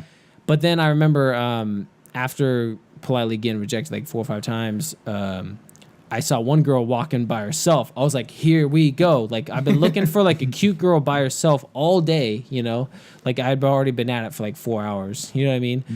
And then finally I saw this girl walking by herself, and I was just like, meanwhile, I was looking on my phone directions to the aquarium. I was like, what is there to do in downtown? You can go to the aquarium. So I was like, okay, where's the aquarium? Okay, there it is. I just got to go this way. But then right when I start walking towards the aquarium, I see this cute girl. And I was like, excuse me, I'm looking for the aquarium. Do you know where it is? Even though I know exactly where it is. It's right. Fucking on my phone, GPS. Like, I know where I'm going, right. But I needed a conversation starter. Right. So I was like, hey, like, where's the aquarium? Turns out she's Brazilian. She's been in Korea. I mean, she's been in Chicago only like 3 days. And she knew exactly where the aquarium was. And then I was just like, is that an accent? Blah, blah, blah. And then I like find out she's Brazilian. And then... Right. And then eventually, like, I just, like, she's just doing the same thing I was doing. She was just wandering around looking at the city because she had only been in America for 3 days. She turned into, like, my little Chicago, like, girlfriend for, like, that month. And this was the first weekend that I was there. And she was a good-looking girl. Right. I was, like, in the summer? Yeah, in the summer. Nice. Summer loving. It was great. You definitely had, like, a romance. It was great. Chicago, I was, like, I fucking fell in love with this chick so fast. I was, like, man. It was, like, love at first sight. And it, I mean, like, she was a good looking girl. She was fun and like, right. Anyway, but like, it was a good experience. I made a couple of friends in Chicago that I still talk to this day. You know, still talk to my friend Jake. Yeah. So those are. I guess I don't really talk to Mary much, but I still talk to Jake. Jake lives in Busan, so if we ever go to Busan, who was the girl you met? That girl that was just here in Korea. Oh yeah, I did. Yeah, Shannon. Still know Shannon. You met Shannon. That's where he I met her in Chicago. She lives in Japan though, but she's going back to. Yeah. So that's neat though. That I don't know if she had you in mind when she came to visit. No, she did. She was talking to me. Oh, then that's exactly what it's all about. You know, it wasn't. It was like. It was like like we met in Chicago, and then after Chicago, I went to Korea. She actually traveled a bit, and then she ended up in Japan, and then. Yeah, and then she eventually came and visited. So yeah, those type of things right there. You know, when you stay close to home, and you're at the nest, whatever that is, your town, maybe your county, maybe even your state, you could always meet new people like that. But then when you go out, when you're forced to be in a situation where you have to. Yeah, and then like when I moved to Korea, it was like, here we go again. I'm in a completely new country. And I don't know anybody, and I got to make new friends. And then it was like, that happened a couple of times here in Korea because I had a few friends, but then they like moved away from Korea. They moved back home. Like Garrett moved back home. My friend Ian moved back home. And I was like, my friend Adam moved back home. Adam moved back home for a while. My friend Kelly. Same Adam I know. Yeah. Oh, so he moved back home for a bit. Yeah. So he was here, left, and came back too. I actually met up with Adam when we were both back home. Because Adam was. He's from California. No, he's from Dallas, Texas, and I had moved back. I never knew that about Adam. Yeah, I moved back home to California. Graduate school didn't work out. My relationship in there didn't work out. So then I moved to Austin, Texas, and that's where I kind of got my first time. I mean, when I joined the fraternity at UCLA, and moved to UCLA, I was still living with Gavin for the first year. But then there was a big moment where he was transferring to go to UC Irvine, and I was moving in the fraternity house. But I had already kind of met all those guys. It wasn't a big deal. But then when I moved to Austin, it was like that first big moment where I'm moving somewhere. I mean, I had moved to Korea, but I knew Gavin, so he kind of plugged me into some of his friends. Yeah. Which is huge, man. Yeah, it's huge. Yeah. Like me, it's an awkward moment when you're like, I don't know anyone and I need to make friends. So I'm going to work at this. You know, I have a problem. I need to solve the problem. I need to work at this. In Austin, I had to deal with that. And unfortunately, when I was in Austin, I had to deal with that when I was like in a lull. It was like post-college. Right. Well, let me ask first, what prompted you to go to Austin, though? It was like essentially Craigslist job ad? No, it was a combination of a few things. Like, one, I heard Austin was a fun city, and it was a fun city. I was there for 9 months. But it was a complicated series of events. It was like I got on the wait list to the graduate school program I wanted to go on to. And I was what was going to be your study? It was going to be animation. Okay. I studied design in undergrad, But then I kind of got turned off the theater industry and the film industry.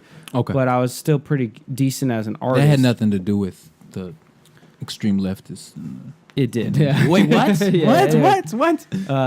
But eventually, I was like, I'll try animation or video games. You know, what I mean, I wanted to ultimately be an artist for like video games because the video game industry is actually bigger than the film industry, and it's also it expands Probably into growing more yeah. cities than just LA in America. So I was interested in that, but I was like really late start. You know, what I mean, I'm competing against people who's done animation. They want to be animators their whole life. They want to do game art their whole life. And they had gone to undergrad for animation. And you just got a little pencil in your hand. So I was dealing with some stiff competition. I got on the wait list, and I thought I was going to get in because at that time I had just been a killer in life. Everything I tried to do fully, I always won. You know what I mean? Yeah. Like the second I put my mind to something, especially something creative, I always won. I got into every college I applied to, including UCLA. And then I was like, all right, I'm from UCLA. I'll apply to UCLA's animation program. And I put together my best application I could. So, and they're like, oh, you got on the wait list. They only accept 15 people. So I was like, okay, well. What? Yeah, they only accept 15 people. Dude, yeah. that's unbelievable. That's awesome. Well, they only accept 15 people in the undergrad program I got into too at UCLA, and I got into that. So I was like, yeah, I think I'll get into it. I was just Dude, like, that's awesome, man. At that time, I was always just like, I'm a winner. Like, Yeah. you know what I mean? Nothing could go wrong. But anyways, I was expecting to get into this program, even though I was on the wait list.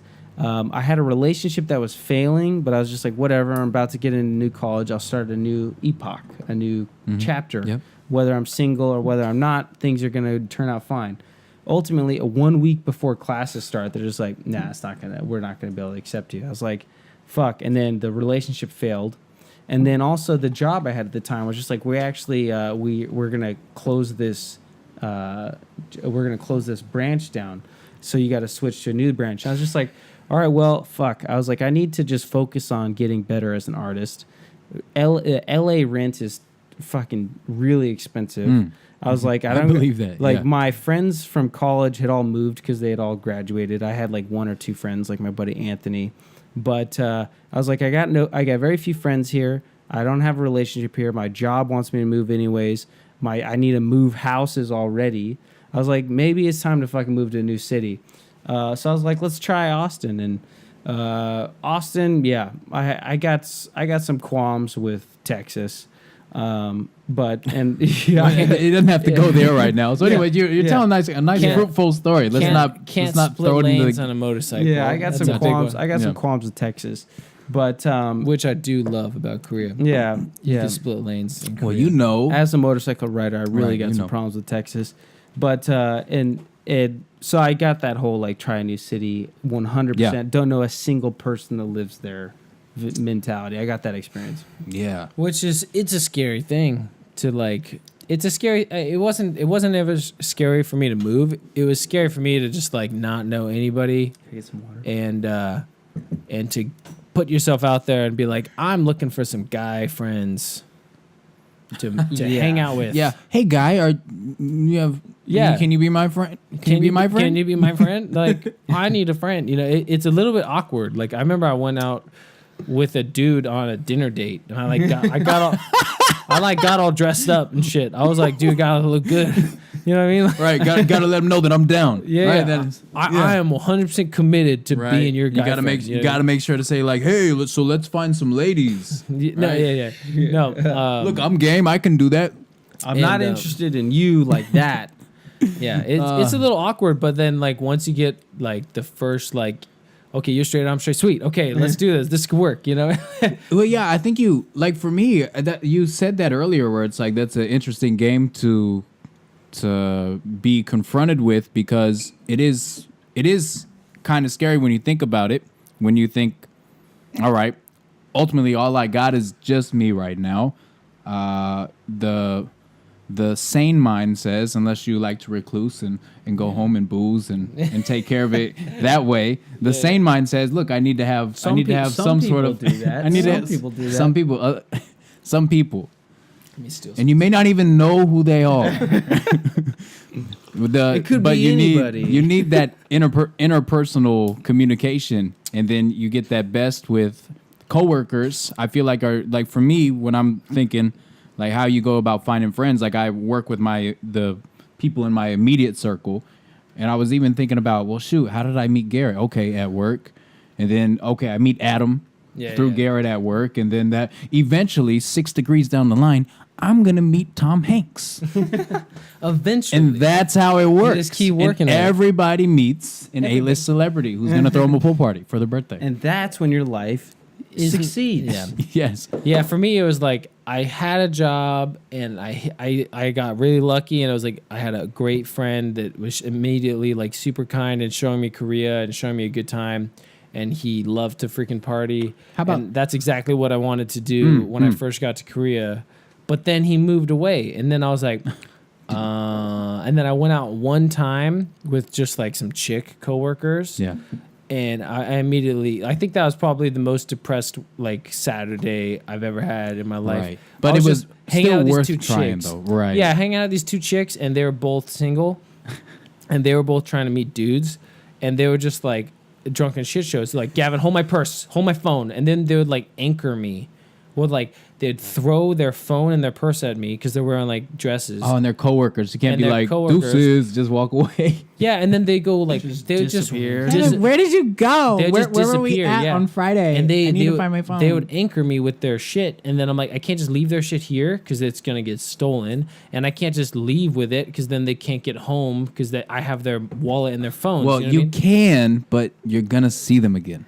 Yeah, That's the problem. So yeah, yeah. But so I remember just being in the bar, just miserable. I'm like, I need some guy Like, friends. I've got like 2 purses. Yeah. And like these phone. 2 chicks are just like chasing dudes, and I gotta get out of this situation. You know what I mean? How funny. So yeah, that's when I was like, I had Here's- an epiphany. I was like, I need to make an honest effort to branch out and meet some dude friends who are not my coworkers. Right. So this is gonna take some work. Yeah, yeah. But then So then I some found people myself do. on an awkward dinner So date. what with a about guy.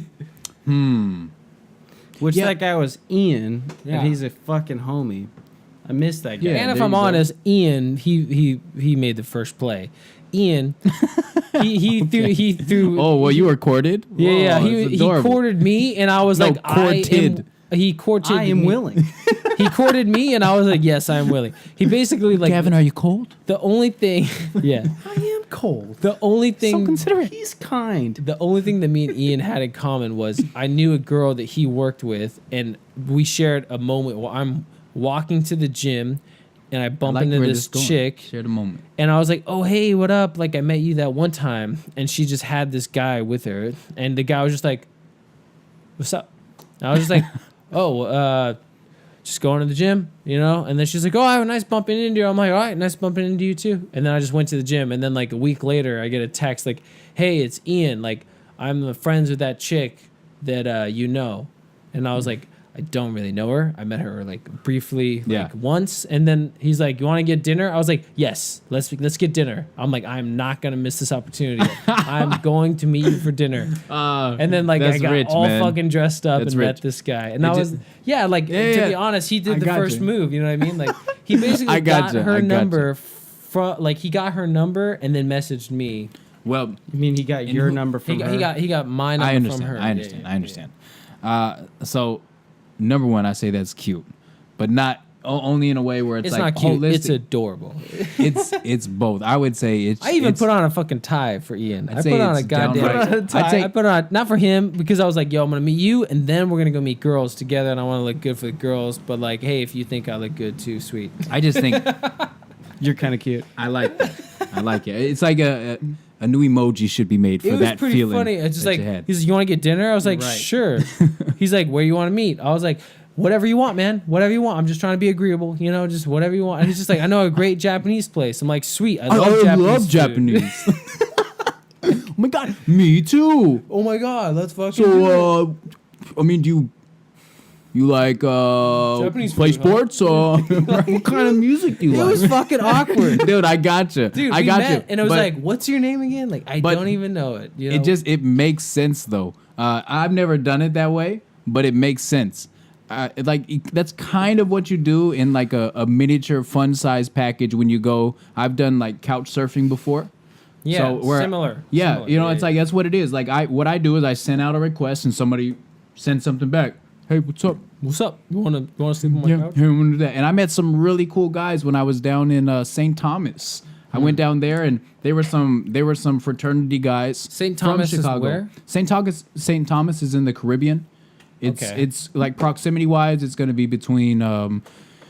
It's going to be. I believe it's going to be northeast of Jamaica, in between like Cuba and Jamaica. I think that's right. Where's I think Puerto that's Rico? I know that's like right. Well, around it's there. right next to St. Thomas. Okay. I knew it was right. Yeah, I don't even if I did a shitty job explaining where St. Thomas is, I didn't help you at all. Well, if I know where Jamaica is. It's right. And I know where Cuba is. And Right. I know. So it's all that whole archipelago that goes right Dominican Republic is connected to what? there. Haiti. Haiti. Yeah. Okay. Yeah, Haiti. So it's in Beat in me, that God are. damn it. I knew it before you said it. I believe it, man. I felt those brain. I was like, waves. I fucking know that. Weird. But you was so fast. Yes, when I went down to St. Thomas, I did essentially the same thing. Like I just like these two guys, and we were texting back and forth on couch surfing, which I would recommend for the same reasons. Where it's like, look, I'm just traveling, man, and just so happen like if we happen to be neighbors, well, then it happens with your neighbor. But at that point, it was like, hey, dude, essentially, you want to go on like a 3-day date at your house? Basically. Like, let me just I'll stay sleep there. on your couch. And You it want to was fuck? I'm down. super whatever. cool. But what you had was what I find really cool about moving to when you're everybody somehow is attached at some level to a group as expats, right? Yeah. So and what that does is that includes you with almost every fucking buddy Who's not and in who's not America. Korean. Well, And who's not Korean here, Yeah, yeah. right? So like you're an expat. So Yeah. no matter what, You have something to relate we've to. got something to talk about, you know. So I But find that that a nice. something also is alienating because I feel this tension when I see another foreigner here. It's like exactly. I'm a foreigner, you're a foreigner. Let's just act like we're not here. Let's I just see that. act like I'm gonna act like you're invisible, and it's just me and a bunch of Koreans at a How about gym. this? Here's where it goes. You know what I mean? Here's where it goes bad though. Here's where you get excited to see another foreigner, and they're They still playing don't. that game, Yeah, yeah. and you're like, and you got to keep going. You but feel it's like, shut down. I know you see me. They're thinking I see you're you. invisible. You're invisible. Don't smile at me. No. It's just me and Koreans. But Like- that same me get that whiskey, little please. that little wanderlust though, that little innocent boy that just wants to make a friend is like deep down inside me, where I'm like, you remember that? It reminds me of there was like a Miller Lite commercial or where this European guy or where this American guy is wearing a Speedo on a beach, and then this European guy comes up and he's wearing a Speedo, and all the friends are giving the American guy a hard time. It's like, you're wearing a Speedo? What do you do? We don't do that in America. Anyways, this What is European wrong with guy, you? Yeah. right, comes up and he's wearing a Speedo and he's like, hey, we are the same. Slaps his thighs, brother. I never saw this commercial. So anyways, that's Sounds how like I a feel. good commercial. Sometimes I see an expat or anybody that's relatively similarly resembles the white Anglo-Saxon Protestant type, and I'm like, hey, we are the same. I Yeah. feel like that, but I have to do what you said. I have to be like, one foot in front You of the don't other, have just keep to. going. No, I you gotta don't. say, But I'm saying, I gotta but say, it's- we're It's walking. some weird urge. We're that, yeah. walking. And We're I like agree. walking to I Subway. have that though. We're Yeah. walking to Subway like after the gym or something, and there'll be like some white chicks walking past us, and I have that urge to just be like, I don't see you, you don't see me, let's just keep moving. And then John says like, hey, how are you? And then like the girls are like, oh, we're great. Like it's like there's so that urge, you there's know? that they're just like, thank you. Sometimes you meet some girls and But they're just like then, so thankful for the then conversation. though, you also meet. I see because Hey, I guys. do think sometimes people go and they still have this idea of like, look, I'm not running away from anything. I do feel like with people's temperaments, I feel like they leave the States because they're running from something. Yeah. In which case they come here, they're resentful, they're They're weird. they're much more reserved. Alienated. Yeah, and they want that alienation for whatever reason, and fine to you on that. But then there are some people that are nice and easy They're to just going- chat with. They're just Yeah. like you, that feeling that you got. But then we meet some of them, like that lady at the gym. Like that lady at the there's gym. one girl at it's the like, gym that's you just like- can't even make eye contact with her. Like, and it's like we're literally occupying the same space. It's like really she's literally going out of her way to be like, no. If there was any regular circumstance, if I was walking into the GS and there was even an Ajuma there, we would have made eye contact in whatever situation. Yeah. And this is There's a girl. you feel like I don't know. I can't put my There's a finger girl at exactly our on when gym that it's- we see every once in a while, and it's like, okay, it's one thing to just like easily ignore somebody you see on the street. It's another thing to like try to ignore the same person you see at the gym, like. Well, you're like, walking couple by times like a after month. every machine. Yeah. You know, it's like No, yeah. She's not there. She's not there at the same times and as frequently as like we are. But I've seen her many times, and every once in a while when I make eye contact with her, she gives me this like disapproving look, like you're breaking the rules. Like, For sure. you know what I mean? Like, Don't look at me. You like, know I just that's- don't want to be bothered. Is that okay? You know we're not supposed to see each other. Like, Yeah. I actually had an awkward kind of similar situation where there was this white dude always working out at the gym with me, and I was like there with my group of friends, and then he was there by himself, and I was like, yo, man, like I got my thing. I don't need to talk to you. You don't need to talk to me, I guess. And it was kind of like, if we're going to talk, you should be the one to start it, but he like never started the conversation. But it's like, we're like working out right next to each other. He's a white dude. I'm a white dude.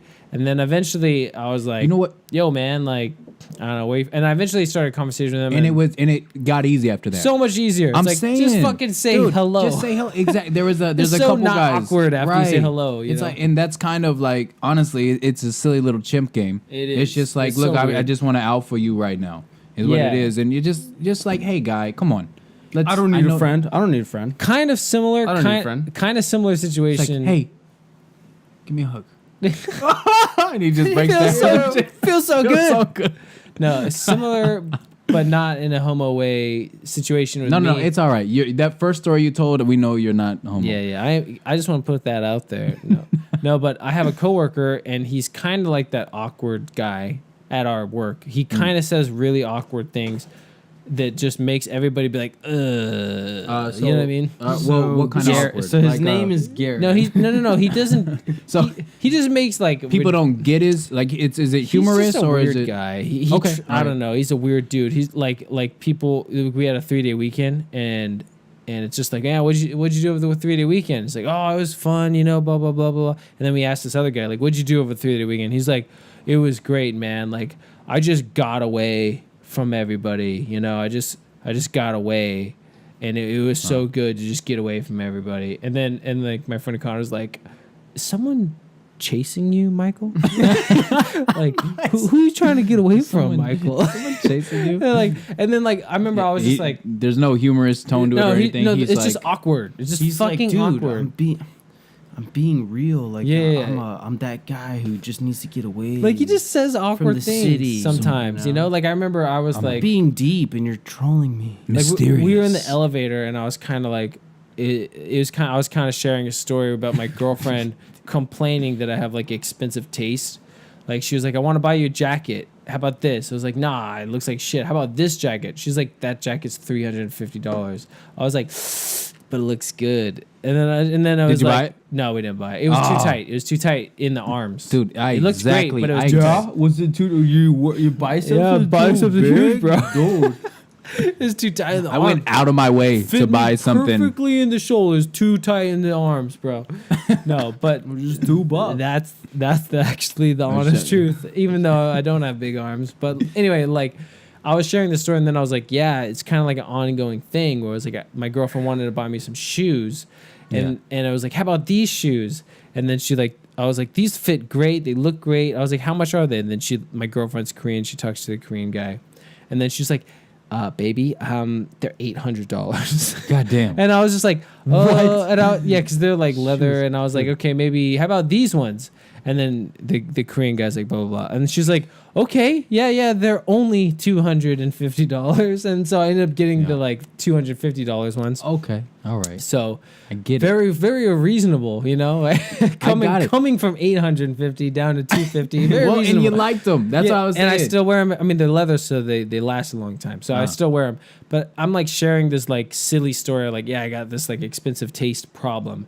And then Michael, he chimes in. He's like, really? Yeah, the last pair of shoes that I own, the shoes I'm wearing right now, I found them in the men's bathroom in the garbage can. And I was like, wait, okay, I get it because I was like, I had to stop what? right there. I was like, what? I was like, Everybody is processing that. I was like, the shoes you're wearing right now, We're talking you about found in a garbage can. We're talking about having expensive, and what he was doing is he was just like, let me undermine all that. Let me just show you how different I am than you, real quick, and then so it was like different. a superiority complex thing, and I was like, so wait, you found shoes in the garbage can, and then you just like, these are mine? He's like, no, I asked everybody. I was polite. I asked everybody, are these your shoes? Are these your shoes? I was like, dude, you're digging a hole, man. It's It's like not in the getting trash. You don't need to ask. right, you don't have to prove your morality They at this also look point. terrible. Yeah, and I was just like, I found them It was in a fucking garbage awkward. can. Yeah, just to let you know. it was an And- awkward elevator So, ride. dude, what do you think? Maybe he's trying to give like a. He just has a very what would it be like a morbid delivery style? Just awkward. You Yeah, think he goes home and chuckles? dude, his awkward conversation starters are like, yo, so I just went to the doctor. Does he It's say like, yo? No, he doesn't say Oh, yo. okay, He's I not, got that. he's Okay. not even that cool. Like That would be that way. So now I want to meet him. it'd be If he said yo, 50% cooler if he said yo. I'm saying- he never says If he yo. said- It's that's more, why- it's more of this like awkward, like I'm in your classroom, but like you didn't ask me to be. I'm just like here, and I'm just like, so this weekend, like I did this weird awkward thing, and like you're supposed to like deal with it now that I told you. See you. No, he would just say weird awkward stuff. Like he was like, yo, so if you ever want to like leave work early, I left work early the other day because I went to the doctor for like anti-anxiety medication because I've been grinding my teeth down because this job is so stressful. I'm so miserable. I'm just like, wait, hold on. This is like, this is not this is a real thing. conversation starter. That's what he said. He was like, if you ever want to leave work early, you can, you know, because I love work early because I'm fucking depressed and like grinding grinding my teeth down and like, Jesus. yeah, I was like, So he just got away. So got away means So he you did just- he did oh, some man. he did some things that if you had CCTV on the wall, no, I You- think he's a good guy. Just he doesn't have any friends, and the kids in his classroom are just kind of annoying him. But well, how about anyway. this though? How about he doesn't have the tools to make friends if he talks like that? You know, which is Right. even a bummer. It's, He's even told me, he's like, yeah, you know, most people think, you know, I'm socially awkward, you know, and I am. I'm socially awkward. And I was just like, yeah, and the way you're so he's saying just- it is so not now like, he's just like identifying with it. He's just yeah, I think he's working on it. Like he started joining the gym, like, but good for him. but Well, yeah, he's at Gavin, the this gym. sounds like a great opportunity to Yeah. share with him. no, but I mean, he's a good dude. He speaks Korean fluently, and See, so he that's seems to cool. be- but he's You need to awkward pump him with up it. He's awkward with his Korean. He's Oh, like, with I'm his not gonna sit with the foreigners. I'm gonna sit with the Korean staff. And then the Korean staff is like, we only speak Korean. He's like, I know. I want to sit here and I want to speak Korean. Yeah. And then he just Like- creeps out all the They're like, Koreans. please go away. Yeah, it's just like he just I don't know. Yeah, but everything he does is just a little bit off tone. It's just not on point. I don't I know. gotcha. It just yeah. Shoot, But I found myself in the showers with him standing right next to me, and we're both butt naked. And I was just like, he goes to the gym. yeah, he just started going to the gym. Hey, well, right on, dude. yeah, and good I was for just him. like, yeah, good for you. You're going to the gym, but He's then like, yeah, I go to the gym. The gym I used to go to. it was fucking free. You know, I don't know. It's something awkward. I'm trying to get really awkward. The gym I used to go to used to only have men. Yeah, and- or only Koreans, and now But I have to I- deal with all these white people now. He sounds like the guy who's just like, he'll turn every conversation into like, well, I'm different than you. So Yeah. like, this is how I would handle that. Good luck situation. understanding me. Yeah, can't be kinda, put in a kinda. box. I'm very unique and you'll never It was really annoying. get me. It was kind of annoying, yeah. Today You, too. I feel like I could catch a couple bulletins on one note card and understand you, but me, I'm so complex.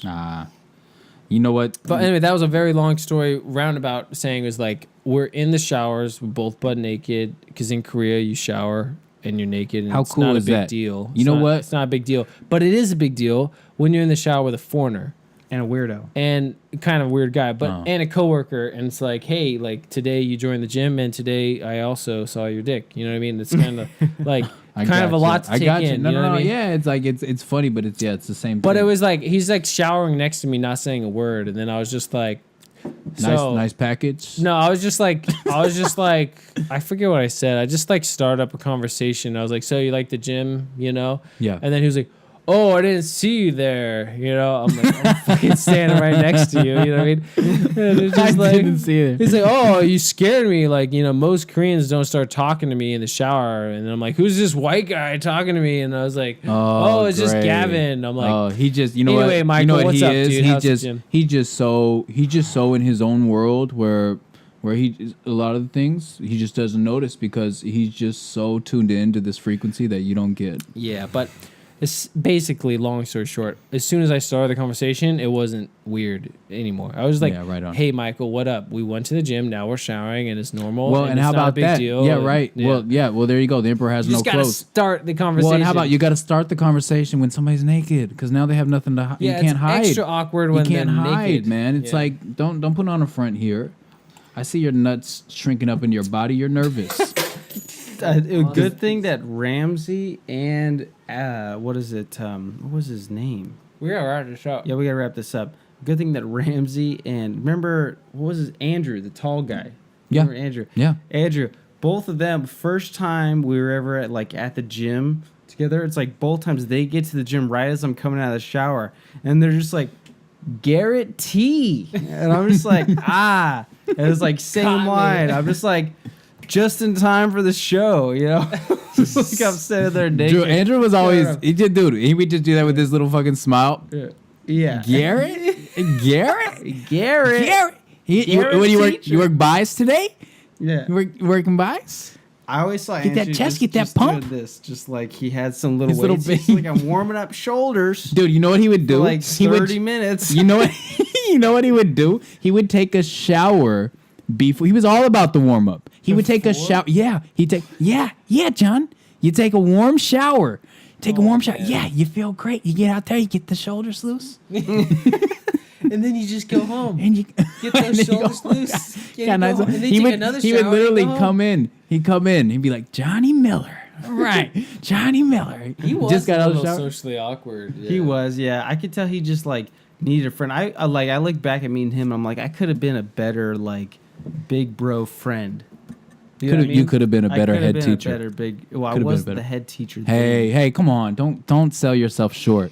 Everybody knows. Even what is it? Even meeting you, I remember I was just like, all right. So I start at Wonderland. I'm just like, okay, like there's a couple cool guys here. I can be friends with them, but you know, like I don't need friends. You know, like That's how it is. Well, yeah. because it was Yeah. the way our work environment is it's literally like we got a men's locker room and we got a women's locker room, and it's divided by some desks that don't go up to the wall. And you can hear everything on both sides, but We that act like you doesn't can't. determine We act like you the can't. chatter on both sides. We're over there talking about the craziest stuff, just bro- all bro sorts of now. like, hey, you Today- see this statistic? dude. Today, It's like, oh my god! Like I'm over there talking This about like, statistic, oh my man, God, I how come? farted. How come? I farted. just- How from, come like, more people politics didn't to die in farts this to- mudslide? To just today we're sitting there like I'm imagining the Korean teachers on the other side of the desks, and they're just like sitting there doing their work or maybe doing their cacao, messaging their friends, and then on our side I'm just like, Or how about dude, even on pull the- up that polar bear attacks the girl in Russia video. You know what I mean? And then we're all just sitting there like, oh shit. dude, look, her pants are off. Why the are her pants? pants Yeah. off? Did it already get her? How And come then the he's video just like, started? she doesn't care. Just got attacked by a polar bear. Yeah, it's the same situation with my job And now. then the bell rings. Ding, ding, ding. It was like, all right, I gotta go to class. No more polar bear attack videos. Gotta go teach some kids. All sorts No. of crazy stuff. See, for my job environment for lunch, it's like the guys go up to the roof. That's why I don't pee at break, by the way. We I'm just like, I'm gonna hold this and wait till class starts, and then I'll take that minute. take that minute. No, but like the guys claimed the roof because there's only one table, and like the roof is claimed by the dudes. But like if it's a rainy day, it's like, shit, we gotta go eat with the girls. So we go downstairs Ah. to where the girls all sit, And then it's Now your school is funny. huge, right? Yeah, so it's when you say 21 the guys, teachers. the girls, right? Yeah. Now that's The a big girls- staff. The That's a girls big, outnumber the guys and that's just significantly. foreign teachers. Yeah, that's just the foreign teachers. That's yeah. huge. That's Yeah, a it's- huge school. That's one of the. That's Yeah. got to be one of the bigger hog ones It's in big. Seoul.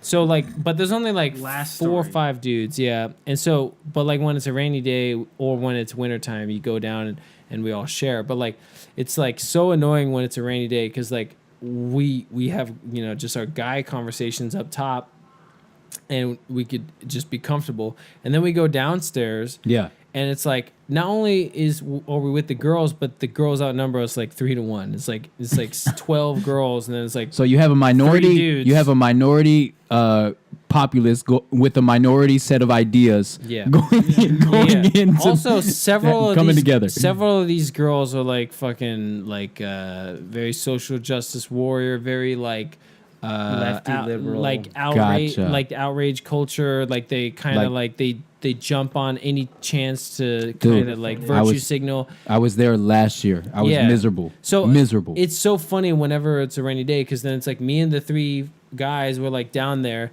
and we're just like so quiet and we're just like eating our food and we're just like finish your food as fast as possible and life, then get so the we fuck can out. so we can Get the fuck out. And but the problem is I always eat like a mountain of food. It's like an ongoing joke at my job. Is like, Gavin, you hungry? You hungry, Gavin? You got enough food there, Gavin? Because I always like Right. eat way more than everybody else, and it takes me a long time to eat it all. I'm not a very fast eater, so it takes me like 45 minutes to eat.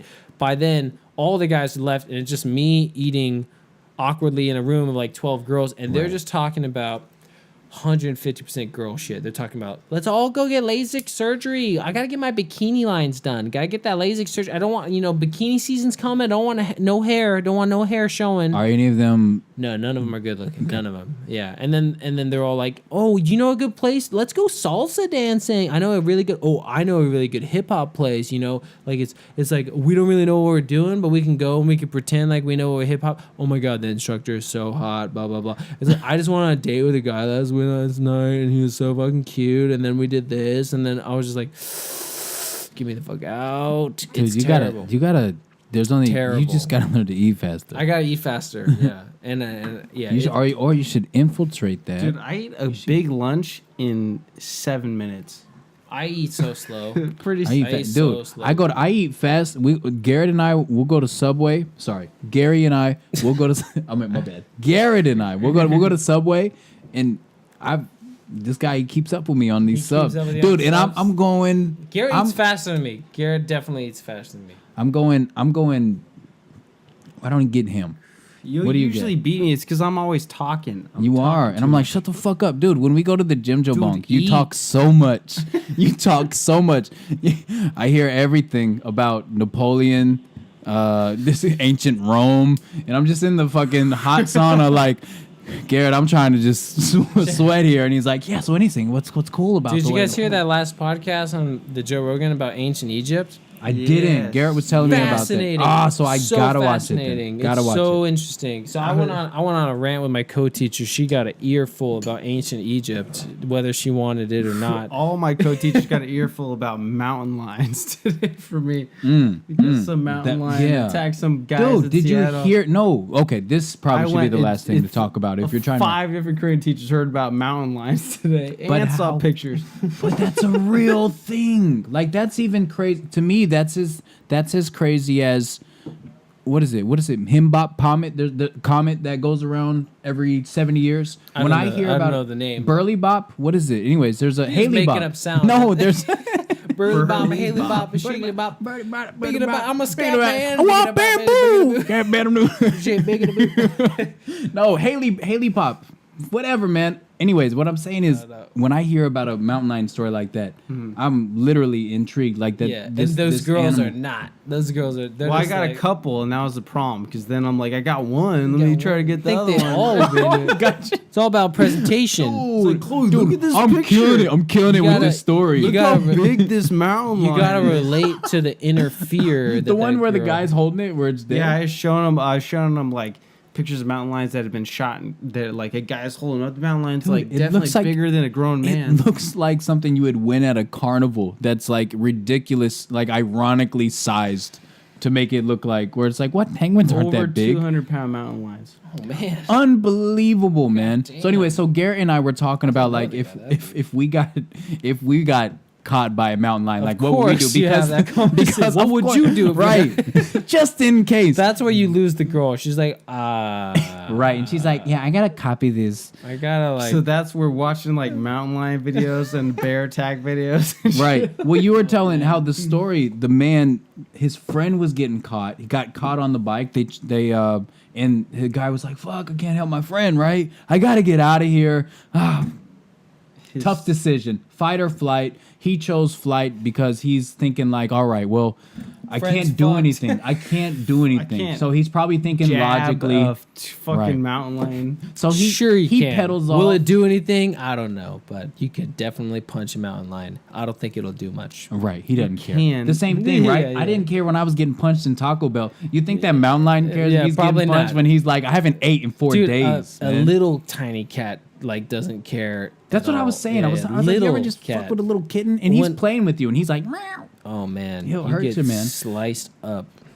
Yeah. Yeah, cats are fucking brutal. But we'll Unbelievable. yeah. Anyways, we gotta wrap this up. We gotta wrap this up. Yeah, it's a long podcast. 2 hour 15 minutes. About that's the longest podcast I think we've ever done. Because we got power on our. Because we got power. Yeah. Anyway, guys, power good thing. smokes. I totally am smoking your cigar. No, yeah, and I'll try that again. Yeah, it's still going. You a have, bit, have nice. it. Go on it. Nice of you. Nice. Of Yeah, you. yeah. Thanks, Give you man. back Give me your cigar. Yeah, that's how you're supposed to smoke it. Is that Anyways, right? It's horrible. John Miller, always a good guest. Always a pleasure. Yes, sir. Yeah, always a pleasure. This Making is work fun. way more interesting. We're gonna Making continue chin the more drinking and the interesting. smoking, Yes. but we're gonna end the podcast. Have a good evening, morning, afternoon, whatever.